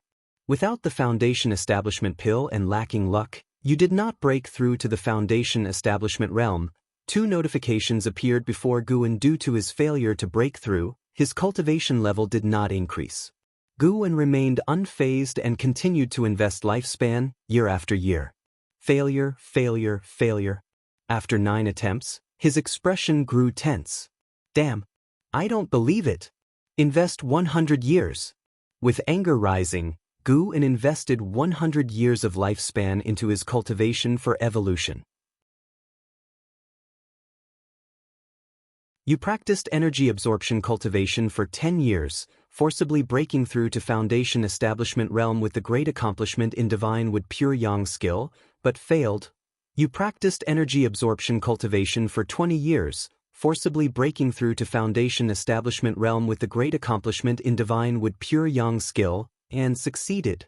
You practiced energy absorption cultivation for 30 years, breaking through to foundation establishment realm second layer. You practiced energy absorption cultivation for 50 years, breaking through to foundation establishment realm third layer. You practiced energy absorption cultivation for 70 years, breaking through to foundation establishment realm fourth layer. You practiced energy absorption cultivation for 100 years, breaking through to foundation establishment realm fifth layer. Lines of notifications appeared rapidly before Gu An's eyes. Before he could feel happy, he sensed something amiss. Such rapid breakthroughs surely caused a commotion? Just as this thought emerged, his body started to heat up. The divine wood pure yang skill began to operate automatically. He quickly got up and leaped out through the open window. His steps were extremely fast and silent. In less than 3 breaths' time, he dashed into the woods, his feet striking the mountain wall like a monkey, swiftly climbing to the peak. By then, nature's spiritual energy had already begun to converge upon him. He jumped and plunged into the dark woods, his right foot stepping on a branch to borrow strength and soar through multiple leaps before landing lightly. Spiritual energy poured into his body, forming a vortex around him. His absorption rate of spiritual energy increased, causing him to break into a cold sweat, relieved at his quick reaction. If he had broken through in Medicine Valley, it would have surely disturbed others. Cheng Xiandan and Meng Lang might not dare to come out, but Xiaochuan and Lu Jiujia, those 2 bold ones, definitely would. While thinking, Guan sprinted quickly like a spirit fox, causing the woods to sway and emit rustling sounds in the night. With the gale shadowless leg, Guan moved at high speed, traversing mountains and ridges swiftly. He moved farther and farther from Medicine Valley. Before he could stop, his cultivation realm began to break through. The brutal surge of spiritual energy impacted his meridians and transformed his dantian. It hurts. Guan frowned but didn't slow down. After running for dozens of miles, he finally stopped in a forest and sat down to cultivate. While cultivating, he mused. Unexpectedly, 100 years of lifespan allowed him to break through from energy cultivation realm 9 layers to foundation establishment realm 5th layer. The consumed lifespan proved to be substantial. Of course, the main reason for his quick breakthrough was the mastery of divine wood pure yang skill.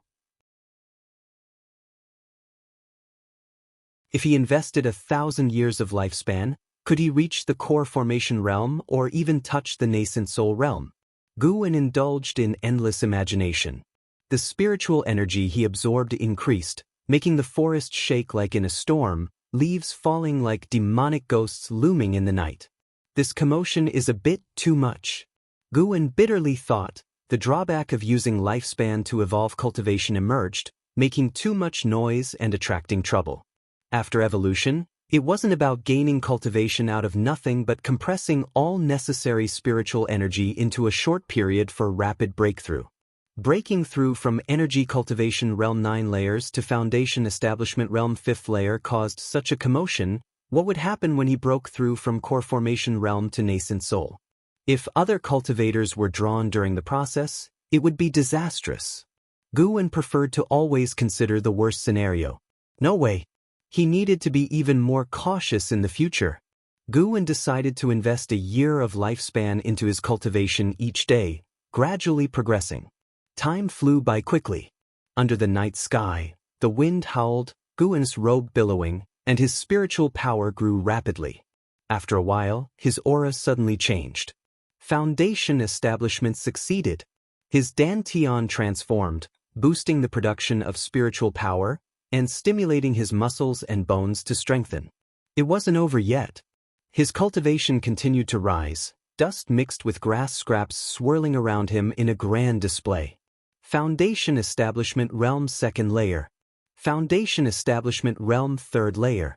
Foundation establishment realm 4th layer.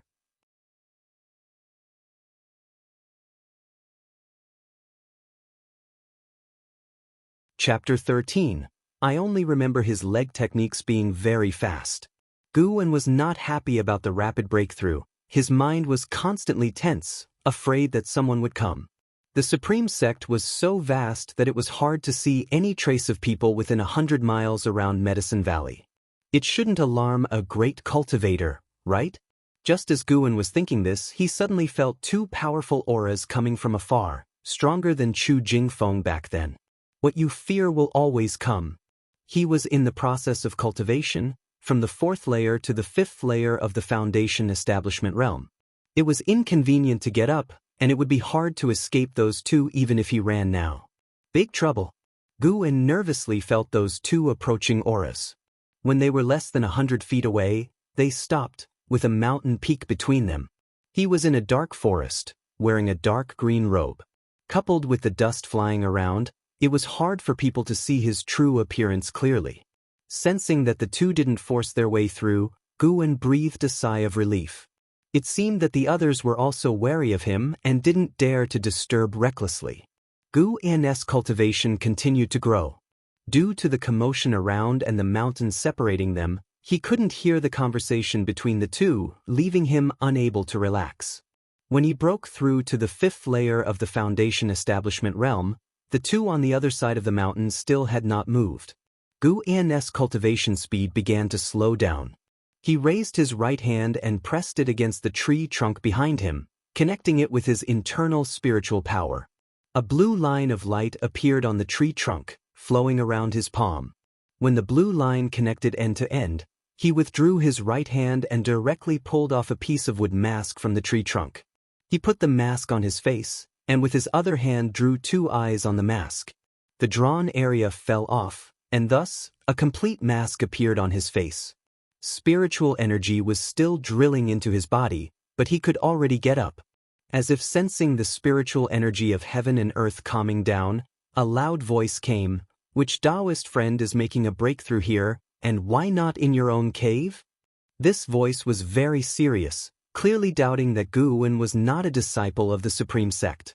Guwen hesitated about whether to respond. He was just a servant disciple. If he was discovered making a successful foundation within a few years of entering, even if he could successfully join the outer sect, there would still be risks. His commotion was too loud tonight. If those 2 knew his identity, there would inevitably be a 3rd and 4th person knowing. What if someone harbored malicious intentions towards him? No wonder Guwen thought too much. Growing up as a house servant, he had seen the dangers of human nature. While binding the mask with vines, Guwen was thinking, his eyes flashing with cold light, shining in the night. Impossible. Cannot be exposed. Guwen didn't want to get into trouble. Even if he became an outer sect disciple, it would not be a good thing for him. The supreme sect would not keep disciples for nothing. Outer sect disciples had to take on sect tasks, inevitably falling into life-threatening situations. When his cultivation completely stabilized, he stood up. His face was covered by the mask, revealing only a pair of eyes, and a cyclone still surrounded him. At this time, he felt the two auras quickly attacking from the mountain, clearly regarding him as an intruder. Guwen dared not make a sound because he judged that the other party's cultivation was not too strong. If he felt the other party was unbeatable, he wouldn't have dared to think so much. He immediately turned around and rushed deeper into the forest. Whip! A breaking sound came from behind Guwen. He turned to look, seeing a cold light dashing through the dark forest, breaking branches along the way, followed by a woman. This woman was dressed in white, her right arm stretched out, her palm facing the sword hilt, connected by spiritual power. The sword blade burst out with sharp sword chi, unstoppable, flying through the forest like a startling swan. In an instant, her sword almost reached Guwen's back within half a zhang. Guwen's left foot landed, his body twisted backward, and his left leg crouched down. The sword blade just flew over him. The woman in white widened her eyes. The night made her face fall into darkness, but the sword light illuminated her eyes, showing astonishment in those bright and dazzling eyes. In a flash, as Guwen crouched down, his right leg kicked backward, hitting the woman in white's abdomen. An immense force she had never experienced attacked her, her consciousness instantly went blank, and she spat out a mouthful of blood. Bang! The woman in white was sent flying backward, crashing into a big tree and falling on the grass, life or death unknown. How dare you! A shout came, and Guwen looked closely, seeing a blue figure quickly leaping, leaving shadows along the way. So fast, Guwen's eyes couldn't keep up with the other's movement technique. In a panic, he directly used the Gale Shadowless leg. He had no combat experience. Dealing with the demon of greed back then was just a slap, so facing a powerful opponent, he didn't dare to get too close. Spiritual power poured into his right leg. He took a step back, and his right leg kicked out fiercely. With this kick, a gale suddenly sprang up, whistling towards the blue figure. Inside the blue figure was a man holding a sword. His pupils suddenly dilated, filled with leg shadows. Dust flew up, rows of trees were knocked down, and leg shadows carrying an overwhelming force submerged the swordsman, sweeping several zhang away, making a huge commotion. Guwen retracted his leg and turned into the darkness. The forest gradually fell silent. When the dust settled, the swordsman was seen lying on the ground, not moving. In the morning, Yi Lan walked out of the house, her gaze habitually looking at her senior brother's courtyard. Over a not-so-high wall, she saw her senior brother's figures. So diligent, I can't let them leave me behind. Yi Lan thought secretly, walking quickly. Entering the courtyard, she quickly walked to Guwen's side, greeting obediently, "Senior brother." Guwen nodded at her with a smile. "Senior brother, are you going to work today?" Yi Lan asked curiously. Guwen was wearing cloth clothes, which were his old clothes, only worn when picking medicinal herbs. Guwen replied, I plan to find some time to go up the mountain in the afternoon." Yi Lan didn't think much and continued, "The wind was strong last night, scaring me from cultivating. I was afraid the spiritual energy would be disrupted during energy absorption, affecting my luck. Senior brother, I heard from Senior Brother Meng that you encountered a demon attack. What was it like then?" Guwen watched Xiaochuan and Lu Jiujia practice the residual wind leg while explaining the situation back then. He was always patient with everyone. After an hour, the juniors left, and Guwen welcomed his relaxation time.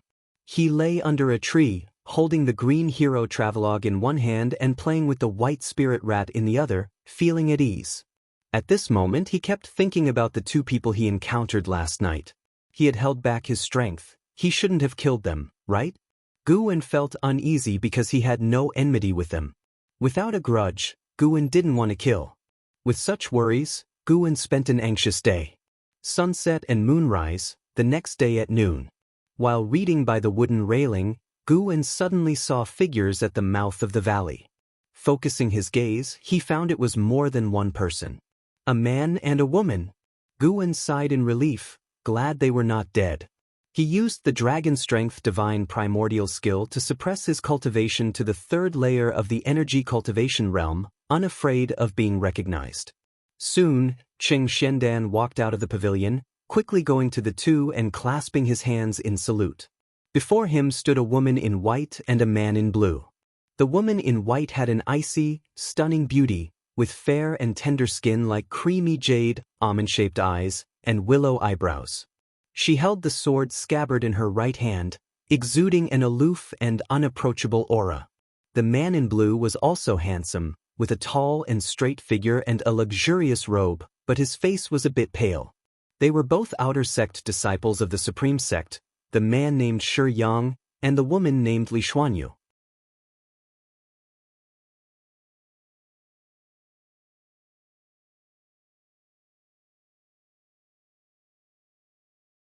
Chapter 14 Daily Plan, Medicine Poison. The leg technique is very fast? Xiaochuan, Lu Jijia, and Yilan all had a slight change in their expressions. They simultaneously thought of Guwen, but they didn't look at him, only pondering in their hearts. Meng Lang asked, "What do you mean? You two haven't fought that demon cultivator?" Shi Yang's face turned sullen at once. He took a deep breath and said, "Indeed, we were outmatched.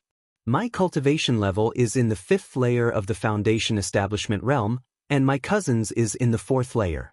The demon cultivator who defeated us with ease has an unfathomable cultivation level.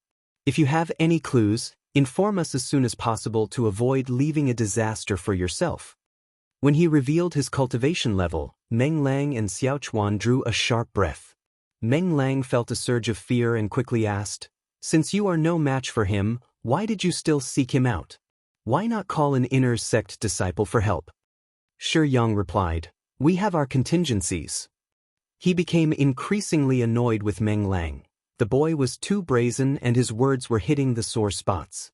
Guwen seized the chance and said, "If the opponent is truly a demon spy and easily defeated you two, that doesn't make sense. I see that the injuries of you two seniors are not severe. Would the demon path be so merciful?" Xianxia looked at him with a subtle expression. After thinking for a moment, he replied, "It's hard to say, but outer disciples and inner disciples all have their caves and won't come here to cultivate. It is definitely suspicious. Are you sure you have no clues?" Lixuanyu scrutinized Guwen, who feigned nervousness and did not dare to meet the eyes of the two outer disciples. "It seems my disciples indeed have not encountered any demon spies," Xianxia said, breaking the tense atmosphere. Xianxia still wanted to speak, but Lixuanyu interrupted first. "In that case, we take our leave." She bowed to Xianxia and then turned to leave. Xianxia could only follow her, giving Meng Lang a glare before leaving. Xiaochuan turned to Guwen, about to say something, but Yilan stopped him. She put her finger to her lips, gesturing for silence, and kept winking. Xianxia did not say much and turned to his pavilion. Watching Xianxia and Lixuanyu leave the valley, Guwen then walked towards his courtyard, followed closely by the others. Xiaochuan was hesitant to speak. Guwen glanced at him and asked with a smile, "What's the matter? Do you think my leg technique is mighty enough to defeat 2 Foundation Establishment cultivators?" Xiaochuan's face turned red, and he scratched his head involuntarily.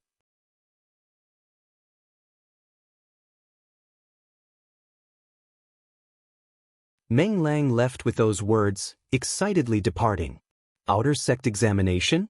Guwen was surprised. Meng Lang was only in the 7th layer of the energy cultivation realm. How could he take the examination? If one couldn't show extraordinary talent upon entry, one had to wait until achieving the Foundation establishment to join the outer sect. This was the Supreme Sect, the foremost sect in the Taizong dynasty. A Foundation establishment cultivator would be revered in some third-rate sects, but in the Supreme Sect, they were only an outer disciple. Guwen looked in the direction Meng Lang had left and saw that Xianxia was coming down the stairs. Cheng Xiandan was actually taking Meng Lang out of the valley. Gu Wen sensed something was amiss, but even if he tried to stop Meng Lang now, he wouldn't listen. Meng Lang had become obsessive about becoming an outer disciple. What do I care? In pursuing the path of longevity. If I worry about this and that, how can I ever find peace? Gu Wen thought so, his eyes becoming resolute. He continued practicing alchemy, striving not to think about Meng Lang. Therefore, he sat in front of the small cauldron for a whole day, only managing to create a pile of dregs. It wasn't until deep into the night that he quietly left. He left Medicine Valley not for Meng Lang but for his own cultivation. Since it had been 2 months since Shi Yang and Li Xuanyu left, he planned to start his daily routine. Every night from now on, he would sneak out and devote a year of his lifespan to improving his cultivation level. This time, the disturbance from sacrificing his lifespan to enhance his cultivation was equally noticeable but much less than before, and it ended quickly. The next morning, Gu Wen casually asked Yi Lan how her cultivation went the previous night. This time, Yi Lan hadn't heard any noise, and her cultivation had gone smoothly. Gu Wen was completely at ease. The daily plan could proceed. Days passed by. Cheng Xiandan and Meng Lang had been gone for half a month and had yet to return. Gu Wen concluded that Meng Lang was probably doomed. Previously, Zhang Chuanxiu went to the outer sect and always returned within 7 days. He never stayed long. Xiaochuan and the others inquired about when their master would return, and Gu Wen could only divert their attention, urging them to focus on their cultivation. 2 months later, Cheng Xiandan finally returned. Cheng Xuandan's hair had turned completely white, and he no longer wore his headscarf. His appearance shocked Xiaochuan and the others, who all rushed to him, while Gu Wen did the same. "I'm fine. Just need to rest for a few days." Cheng Xiandan waved his hand, speaking weakly. He gently pushed Lu Jiujia aside and then headed to his pavilion. Gu Wen frowned deeply. He saw that Cheng Xuandan's cultivation level had fallen to the 2nd layer of the energy cultivation realm, and his lifespan was greatly reduced, leaving only 2 years. He had thought Cheng Xiandan was planning to harm Meng Lang, either by seizing his body or turning him into a puppet, but Cheng Xiandan instead looked like he was dying. Gu Wen watched Cheng Xuandan's back, lost in thought. Yi Lan believed he was worried about Cheng Xiandan, so she consoled, "Senior brother, don't worry. Master will be fine." Gu Wen looked at her and nodded with a smile. After chatting briefly with the junior brothers and sisters, Gu Wen left alone. "I feel like something's wrong with Master," Lu Jiujia whispered to Xiaochuan, frowning with sharp eyes. Xiaochuan nodded and said, "Indeed, something's off." Lu Jiujia leaned in to whisper to him. Yi Lan kept watching Gu An's departing figure. After Cheng Xiandan returned, he stayed in his room, and Gu Wen could sense that he was practicing and healing, but his aura grew weaker by the day. As winter was approaching, Cheng Xiandan finally emerged. From afar, he called out to Gu Wen, who quickly ran over. "Master," Gu Wen greeted respectfully. Cheng Xuandan's hair was completely white, even his beard and eyebrows had turned, and his face had brown spots, looking incredibly aged. "Let's go, I'll take you to the outer sect." Cheng Xiandan stroked his beard and smiled kindly. Gu Wen couldn't help but ask, "What are we going to the outer sect for? Don't you want to become the Valley Master?" Cheng Xiandan asked in return. Gu Wen's heart raced at his words, but his face changed with concern, asking in fear, "Master, what's wrong? Don't scare me." Seeing him so anxious, Cheng Xuandan's gaze softened even more. "Let's go. We'll talk on the way." With that, Cheng Xiandan turned and walked towards the valley's exit. Gu Wen quickly said something to Xiaochuan, who was closest, and then followed Cheng Xiandan. Upon leaving the valley, Cheng Xiandan headed for the forest. Now that he could no longer fly, it meant they had to walk to the outer sect. Gu Wen suddenly wanted to turn back and tell Xiaochuan and the others not to harvest the soon-to-be ripe medicinal herbs, but wait for his return. The master and disciple walked in the forest. Gu Wen tried to support Cheng Xiandan, but he was gently declined. The sect's salary for the Valley Master is limited. When recruiting servant disciples in the future, you must be careful. Moreover, you need to provide a certain amount of yield every year. Xianxia walked in front, talking casually. It seemed like Gu Wen was listening attentively, but he was also wary. After all, Meng Lang's fate was still uncertain. Cheng Xuanden's pace was not very fast. Furthermore, the nearby area was mountainous. After walking for an hour, they had only covered a few miles. Gu Wen could hardly stand it. How long would it take to reach the outer sect at this rate? He even wanted to carry Xianxia. As they crossed a small brook, Xianxia suddenly asked ahead, "Why haven't you asked about Meng Lang's whereabouts?" Gu Wen pretended to be puzzled and asked, "Didn't he go for the outer sect examination? Did he not pass?" "I lied to him. He has been refined into a medicine poison by me," Cheng Xiandan replied as he walked, seemingly not afraid of Gu Wen attacking from behind. Hearing this, Gu Wan's expression didn't change. He carefully perceived their surroundings, confirming there was no one else around.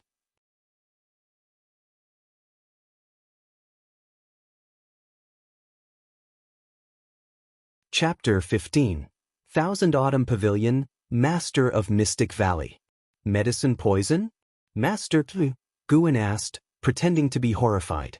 Could it be that Cheng Xiandan also wanted to make a move against him? Cheng Xiandan didn't turn back as he brushed away the tree branches blocking the path, bent down, and walked through. He said as he went, "Meng Lang's qualification is a bit better than yours, but not by much. Even with my elixir support, it's still hard for him to reach foundation establishment. Medicine Valley only needs one successor. His presence is a threat to you. You should sense his character flaw." Gu Wen went silent upon hearing this. These words didn't sound quite right. Was he killing Meng Lang for Gu Wan's sake? But he didn't want Meng Lang dead. Meng Lang might be despicable, but his nature wasn't entirely bad. Don't overthink. Though I killed him to pave the way for you, you can blame it on his better qualification. I did it for the Master of Medicine Valley, Cheng Xiandan said nonchalantly. Gu Wen couldn't help but ask, shouldn't the Master of Medicine Valley be selected based on talent? But if the talent is too formidable, how could he settle peacefully in this Medicine Valley for life? Is there something special about this Medicine Valley? Indeed, there is. I am not just a disciple of the Supreme Sect, but also a spy for the Thousand Autumn Pavilion. The Thousand Autumn Pavilion is a demonic sect, weaker than the Supreme Sect, so they planted many spies like me. Goodness, there really are demonic spies. Gu Wen suddenly didn't know how to respond. He realized that Cheng Xiandan truly didn't want to harm him. The worst part was that Cheng Xiandan clearly intended to pass on the spy burden to him. After I die, you can peacefully be the Valley Master. You don't need to do anything deliberately. When the Thousand Autumn Pavilion needs you, someone will naturally come to find you. Just follow their orders. Of course, you can also report to the Supreme Sect, but think carefully about whether the Supreme Sect can tolerate you. For disciples like you, they would rather kill wrongly than let a spy go, Cheng Xiandan said with a slight tone of leisure, which made Gu Wen want to hit him. Remember the spy code of the Thousand Autumn Pavilion. Heart of the Thousand Herbs talks, unrepentant. In the face of 10,000 laws, finding roots is hard. Do I have no other choice? What do you think? Gu Wen went silent again.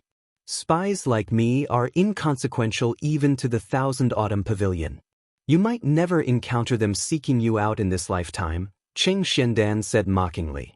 Gu Wen thought it over and realized he couldn't resist. It was like having mud on your pants. Even if you're not a demonic spy, you end up being one. Master, if you are a cultivator of the Thousand Autumn Pavilion, there must be a reason why you stay in Medicine Valley. Why hide it? Gu Wen asked solemnly. You're indeed smart. Yes, there is a 7th-level spirit tree hidden under Medicine Valley. When we return, I will take you to see it, Cheng Xiandan said. Say, 7th level? Gu Wen's voice trembled, and his eyes lit up. Tiny flakes of winter snow fluttered in the air. A majestic city stood among the mountains, with city gates reaching 10 zhang high. People walked into the city. Some disciples of the Supreme Sect flew using sword control, and others rode mounts. Gu Wen walked on the mountain path, gazing at the outer gate city of the Supreme Sect from afar, his eyes filled with wonder. What a huge city! The Supreme Sect has 8 outer gate cities. Further in are the 4 inner gate cities, and within those lies the main city of Sect. Only prodigies and those with high status can step foot there.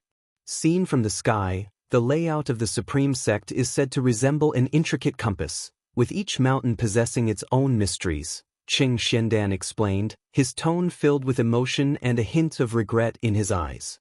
Guan couldn't help but ask, just how big is the Supreme Sect? They had been traveling for over half a month, indicating the distance between Medicine Valley and the city. Vast beyond measure. Even I am not sure, Qing Xiandan replied, continuing towards the outer gate city, with Guan following closely behind. When Guan first joined the Supreme Sect, he hadn't come to the outer gate city. A Supreme Sect elder had received Ji Xiaoyu in a mountain forest pavilion, and out of respect for her, after Guan expressed his desired destination, the elder dispatched a disciple to escort him to Cheng Zuandan's Medicine Valley. This was his first visit to the outer gate. The master and disciple duo walked to the city gate, where Qing Xiandan revealed his token. Guan caught a glimpse of the characters engraved on it, Mystic Valley. Upon entering the city, deafening noise greeted them, surprising Guan privately. The city gate had a restriction. Given his hearing ability, he couldn't hear the city's noise from outside. Premium medicinal herbs, first come, first served, only selling 10 today. Treasures from the cave of a nascent soul great cultivator, come and see.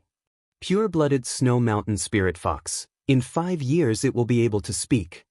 Treasure hunt. Treasure hunt. Each item only 10 low-grade spirit stones, what you find depends on your fortune. Map of an ancient great cultivator's cave, strong cultivators welcome to buy. Guan was attracted by the shouting vendors along both sides of the street. The road was flanked by pavilion shops, spacious, without any disciples setting up stalls on the ground. Guan even saw a brothel. Not bad, worthy of being a reputable sect. Qing Xiandan introduced along the way, widening Guan's horizon. No wonder so many people fought to enter the Supreme Sect. The resources for immortal cultivation in the Supreme Sect were indeed abundant. Guan not only listened, but also frantically used lifespan detection. Walking down 2 streets, he already saw 5 cultivators with an extreme lifespan exceeding 500 years. The outer gate really was full of hidden talents. An hour later, Qing Xiandan led Guan into a huge mansion, with a plaque bearing 3 large characters, Elixir Hall. The Elixir Hall was bustling with people, some in a hurry, some with frowning faces, and others laughing heartily. Guan followed Qing Xiandan into a courtyard to visit an elder of the Elixir Hall. Zhu Qinglu, 9th level of the Foundation Establishment Realm, one of the elders of the Elixir Hall, overseeing 51 medicine valleys, and Cheng Zuandan's superior. He was stout, wearing a loose cyan Daoist robe, with a kind smile, giving off a harmless vibe. In the hall, Zhu Qinglu received Qing Xiandan and had a disciple serve him tea. Xiandan, why do you look so ill? Zhu Qinglu asked with concern. Guan took the chance to use lifespan detection. Zhu Qinglu, Foundation Establishment Realm, 9th layer 211/267/510, he had lived for 211 years. Guan stood beside Qing Xiandan, not daring to be disrespectful. Qing Xiandan smiled. To be honest, my end is near. Today, I came not only to hand over medicinal herbs but also to pass on the position of Valley Master of Mystic Valley to my disciple. Zhu Qinglu looked at Guan and smiled. 3rd layer of the Energy Cultivation Realm, it seems this child has some outstanding qualities. But, such a crude way of putting it. Qing Xiandan laughed. This child has a pure nature, can unite disciples, and is willing to stay in Medicine Valley for life, making him the best choice. Zhu Qinglu didn't say much. He raised his hand and summoned a disciple from outside the hall. After 30 minutes, Guan followed Qing Xiandan out of the Elixir Hall, playing with a bronze token in his hand. It had the words, Mystic Valley, engraved and exuded a restrictive aura. From now on, within the Elixir Hall of the Supreme Sect, his identity was the Master of Mystic Valley. The storage bag of the Valley Master is with me. I will pass it to you. Cheng Xuanden's voice from ahead interrupted Guan's thoughts. Guan quickly asked, Master, where are we going next? He wanted to go back, as some medicinal herbs were ready for picking. He worried that his junior brothers and sisters might help themselves to his herbs. Before we return, I'll take you to the chores hall to recruit a servant disciple. Today, you can recruit a servant disciple to take back, which will also familiarize you with the process, Cheng Xiandan replied without turning back. Guan looked at his back, feeling a surge of emotions.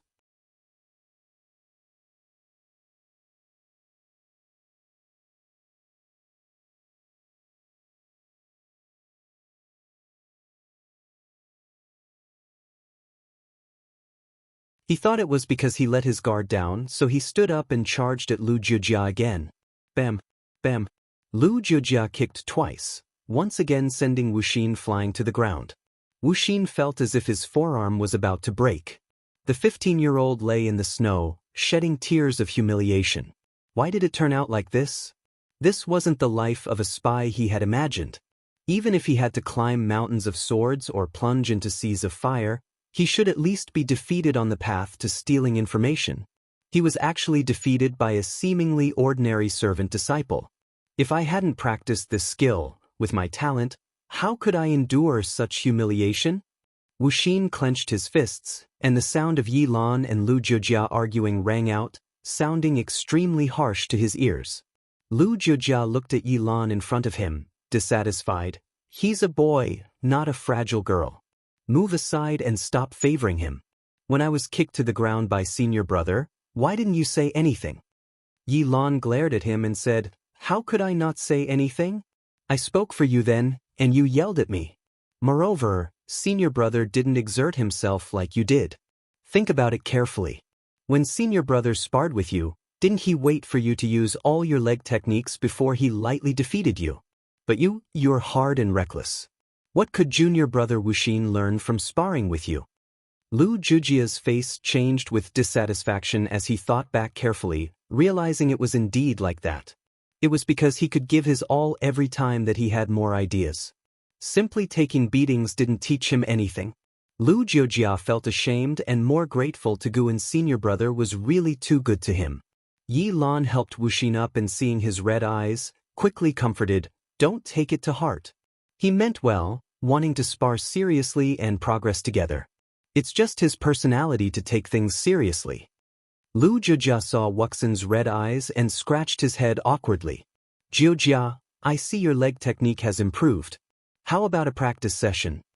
A gentle voice came from behind. Lu Jiujia turned his head and saw Guan walking over with a warm smile. Lu Jiujia eagerly nodded upon hearing this.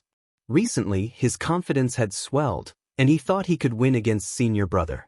Yi Lan and Wuxin looked at Guan, while Wuxin secretly wondered, is this senior brother really that formidable?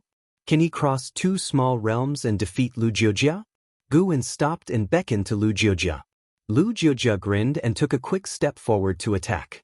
Bam! Lu Jiujia flew out a dozen meters, carving a long trench in the snow. Stars danced before his eyes, and he nearly fainted, feeling as if his internal organs were shifting locations. The pain was excruciating. Wuxin was stunned. What a fast leg. He hadn't even seen how Guan had moved his leg. Yi Lan, however, laughed so hard her eyes turned into crescents.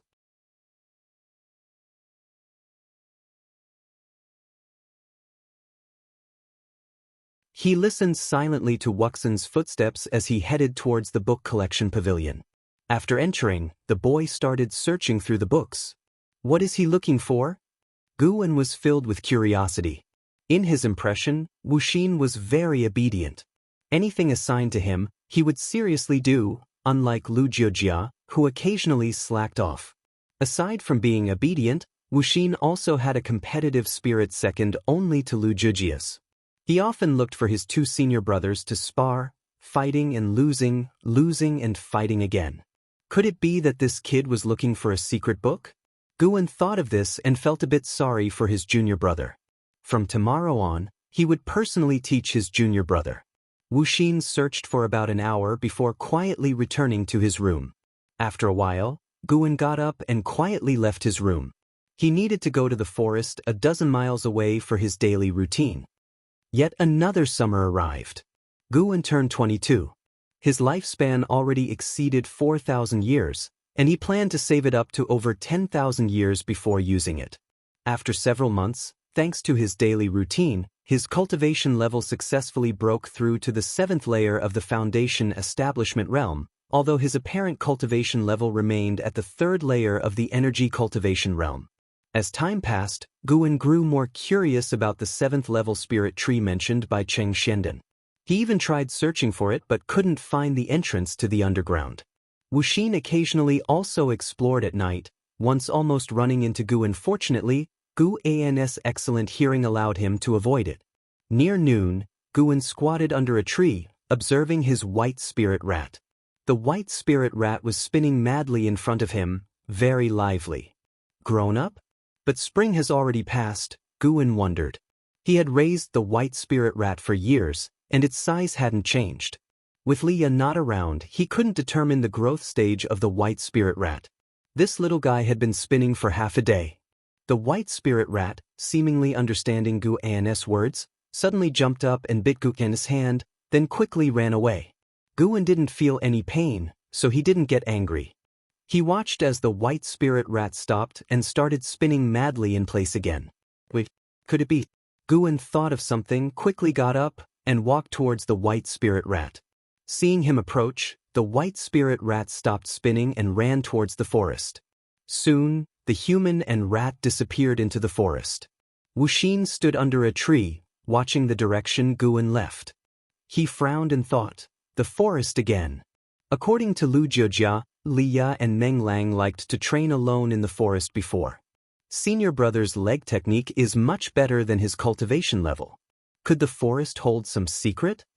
The more he thought about it, the more possible it seemed.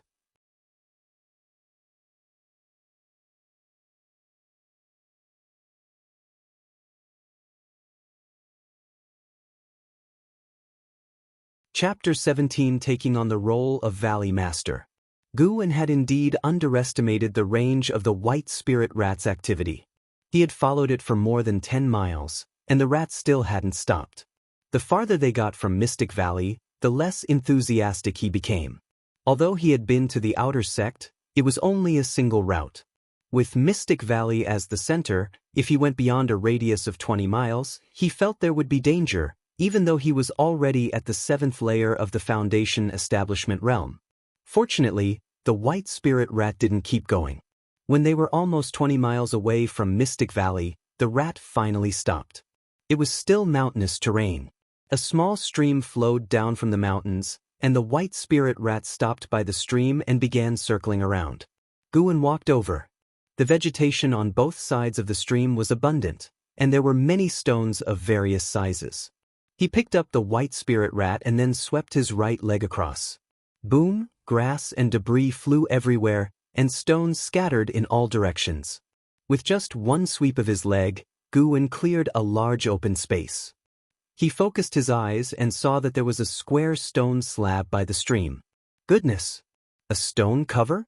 Guwen squatted down before the slab. The stone slab was engraved with mysterious patterns. Whether it was text or drawings, he had never seen anything like it before. He could feel a trace of spiritual energy leaking from the edge of the slab. Perhaps that was why the white spirit rat had found this place. In the Foundation Establishment realm, one already had divine sense, an invisible and intangible power. When probed by divine sense, it was like having a heavenly eye, able to see through objects. Guwen rarely used it, but that didn't mean he didn't have divine sense. In fact, reaching the 7th layer of the energy cultivation realm allowed one to begin cultivating divine sense. He immediately gathered his divine sense, intending to penetrate the stone slab to explore the space below. However, as soon as his divine sense touched the slab, it was bounced back by a mysterious force, causing his body to tremble. So strong? Even the divine sense of a 7th layer Foundation Establishment cultivator couldn't penetrate its restriction. Guwen hesitated. With such a strong restriction, could there be a huge danger below? There was spiritual energy surging inside. Either it was nurturing some heavenly treasures, or someone was in seclusion down there. Can't be reckless. He needed to observe for a while first. Guwen released the white spirit rat and then moved the surrounding stones and weeds to cover the mysterious slab. After thoroughly concealing it, he grabbed the white spirit rat and turned back to the valley. The white spirit rat squeaked, but he ignored it. After returning to Mystic Valley, Guwen didn't mention this to anyone, as if he had never left the valley. In the following nights, apart from doing his daily tasks, Guwen would go near the stone slab to observe. Night after night, there were no signs of the covering being disturbed around the slab. Besides this, Guwen noticed that each night Wuxia would go into the forest, seemingly searching for something. He didn't expose Wuxia, as his intuition told him that Wuxia's identity was not simple. Having a lifespan of over 300 years at the second layer of the energy cultivation realm, he must have cultivated some kind of miracle skill. Guwen had once observed Wuxia's cultivation with his divine sense but found nothing out of the ordinary. It appeared to be normal qi absorption cultivation. And so, the scorching summer passed. Mystic Valley gradually became covered with yellow hues. Guwen had opened up 17 garden plots in the surrounding mountains and forests, increasing the workload such that Xiaochuan and the others had to patrol daily. One evening, Xianxia found Guwen and signaled him with his eyes to follow. The master and disciple headed toward the northern peak. Guwen looked at Xianxia's back with mixed feelings. Xianxia's lifespan had decreased further, with his age matching his current lifespan, indicating he was about to die. Although he had been tricked by Xianxia, the man had indeed done a lot for him. As Xianxia was about to die, Guwen couldn't help but feel a bit saddened. He tried to convince himself not to be sad. He sought the path of immortality and longevity, and he would experience many such separations in the future. He would eventually become accustomed to it. Of course, this was under the condition that he could continue to survive. Wuxia, who was watering, saw Guwen and Xianxia and raised an eyebrow. He memorized the direction they were heading, thinking there must be a secret in that part of the forest. Once they had entered the forest, Xianxia said, "I'm taking you to the entrance to the underground, and you must not tell anyone about this place, including your junior brothers and sisters. Today they may be close to you, but once they leave Medicine Valley and experience the outside world, they will become strangers to you." Guwen did not refute. He had always known this. As long as Xiaochuan and the others had not abandoned their goal of becoming outer disciples, they would part ways eventually. After hesitating for a moment, Guwen asked, "Master, were you originally a person from the Thousand Autumn Pavilion, or were you chosen by them later?" Xianxia's steps were heavier than before. He replied, "My experience is the same as yours. My identity comes from a lineage." Guwen fell silent.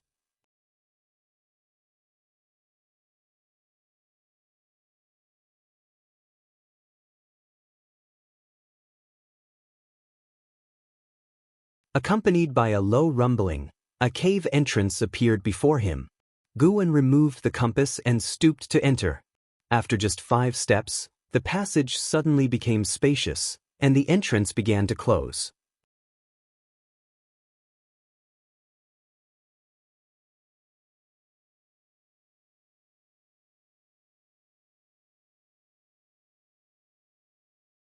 The spiritual energy gathered from these treasures would then activate the formation, replenishing the 7th order spirit tree.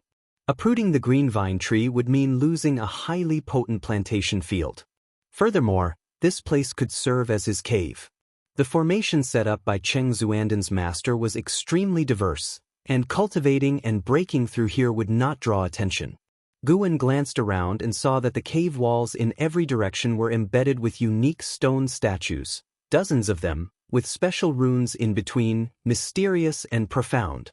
He stepped out of the cave entrance and immediately noticed a stele standing nearby, with 4 words engraved on it, 8 scenic caves. After a glance, Guwen continued walking into the cave. The entire way, he frantically used lifespan detection. Everywhere he looked, there were 3rd and 4th order spirit grass and spirit flowers. The closer he got to the green vine tree, the higher the rank of the herbs, dazzling his eyes. With such a large treasury hidden away, Qing Xiandan still couldn't establish his foundation? Guwen didn't know whether to feel sorry for Qing Xuandan's poor aptitude or for his insufficient alchemy skills. Even if his alchemy skills were lacking, he could sell some herbs to get spirit stones or ask the alchemists of the Supreme Sect for help. In Gu An's view, in a sect like the Supreme Sect, it shouldn't be difficult to create a foundation establishment realm cultivator with enough resources. Of course, there was another possibility. Qing Xiandan was afraid of revealing his identity. Guwen walked to the green vine tree and stood beneath it, feeling the majestic and vibrant aura of the tree. He circled the green vine tree and noticed that the 8 scenic caves had not just one entrance but 8. He suspected that one of these entrances connected to the stone slab he had previously discovered. For the time being, he had no intention of exploring the other entrances. He turned around and took out the 100 herbs collection from his storage bag, starting to compare it herb by herb. If any were mature, he would harvest them directly. The harvested herbs could be taken to the outer sect to exchange for more high-rank seeds, ensuring continuous development. The thought excited Guwen. An hour flew by, and Guwen had already harvested over 130 third-order medicinal herbs, crazily collecting more than 900 years of lifespan, pushing his total to over 5,000 years. This demonic cultivator identity was worth it. Guwen felt exhilarated. There were so many medicinal herbs in the 8 scenic caves, and he had only harvested 1/10 of them, and those were the lowest grade herbs. From now on, this would be his cave, his secret base. Just as Guwen was about to bend down to pick another herb, he suddenly heard a noise. He immediately turned around, his gaze fixed on a distant entrance. The entrance was pitch black, looking eerie and terrifying. Guwen moved to the side.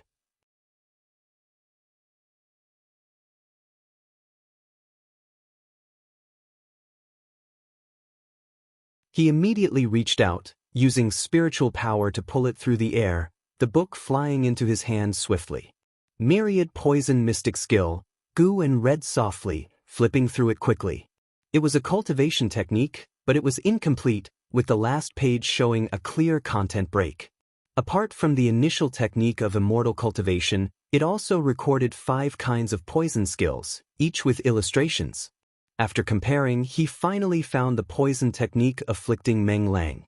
Flame Corpse Poison. The one afflicted, nourished by flame energy, with a body as tough as deep rock and immense strength.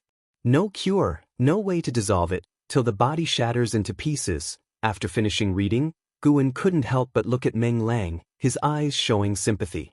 How pitiful! The Myriad poison mystic skill recorded a method to restrain the flame corpse poison.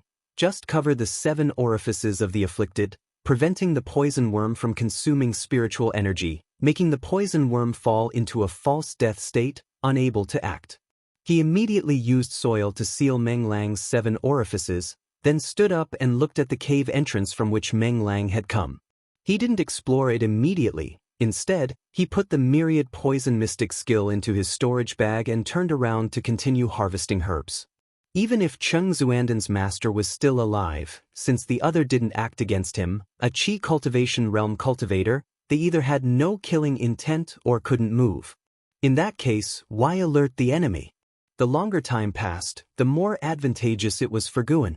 After an hour, satisfied, Guwen left the 8 scenic caves. His lifespan had reached an astonishing 7,000 years. He had harvested all the third-order medicinal herbs he could. Next, he would plant new seeds. When the new seeds matured, many years would have passed again. After the third-order herbs, it would be time to harvest the fourth-order ones. To prevent the ecological damage of the formation, Guwen didn't harvest all the mature medicinal herbs at once. He collected some and planted some, ensuring continuous and effective sustainable development. Moreover, medicinal herbs, even if mature, could be left to grow. The longer they lived, the more lifespan he could take from them. Naturally, there was a critical point among this, and Guwen was still observing it. Early the next morning, the new master of Mystic Valley, Guwen, stepped out of his room and immediately urged his junior brothers to come out. After hearing Xiaochuan's response, he walked toward Yilan's courtyard. Junior sister, time to come out, Guan called. Okay, senior brother. Yi Lan responded quickly, more active than the junior brothers. Soon, everyone stood before Guan. Guan glanced at them and smiled. Congratulations, you are going to be uncles. I will recruit new servant disciples who will be my disciples and your nephews. At these words, everyone became excited, talking about the future. No one mentioned Xianxia. It was not because they were heartless, but because they had agreed privately not to mention Xianxia for the next month. Guan offered some encouragement, then began to lead his junior brothers and sisters in morning exercises to stretch their muscles. Afterward, he would go to the 8 scenic caves to plant flowers and herbs. Life was about to get busy. You're tuning in to the Wang Lin's Journey YouTube channel. Don't forget to subscribe and join us on this journey to catch the most captivating stories.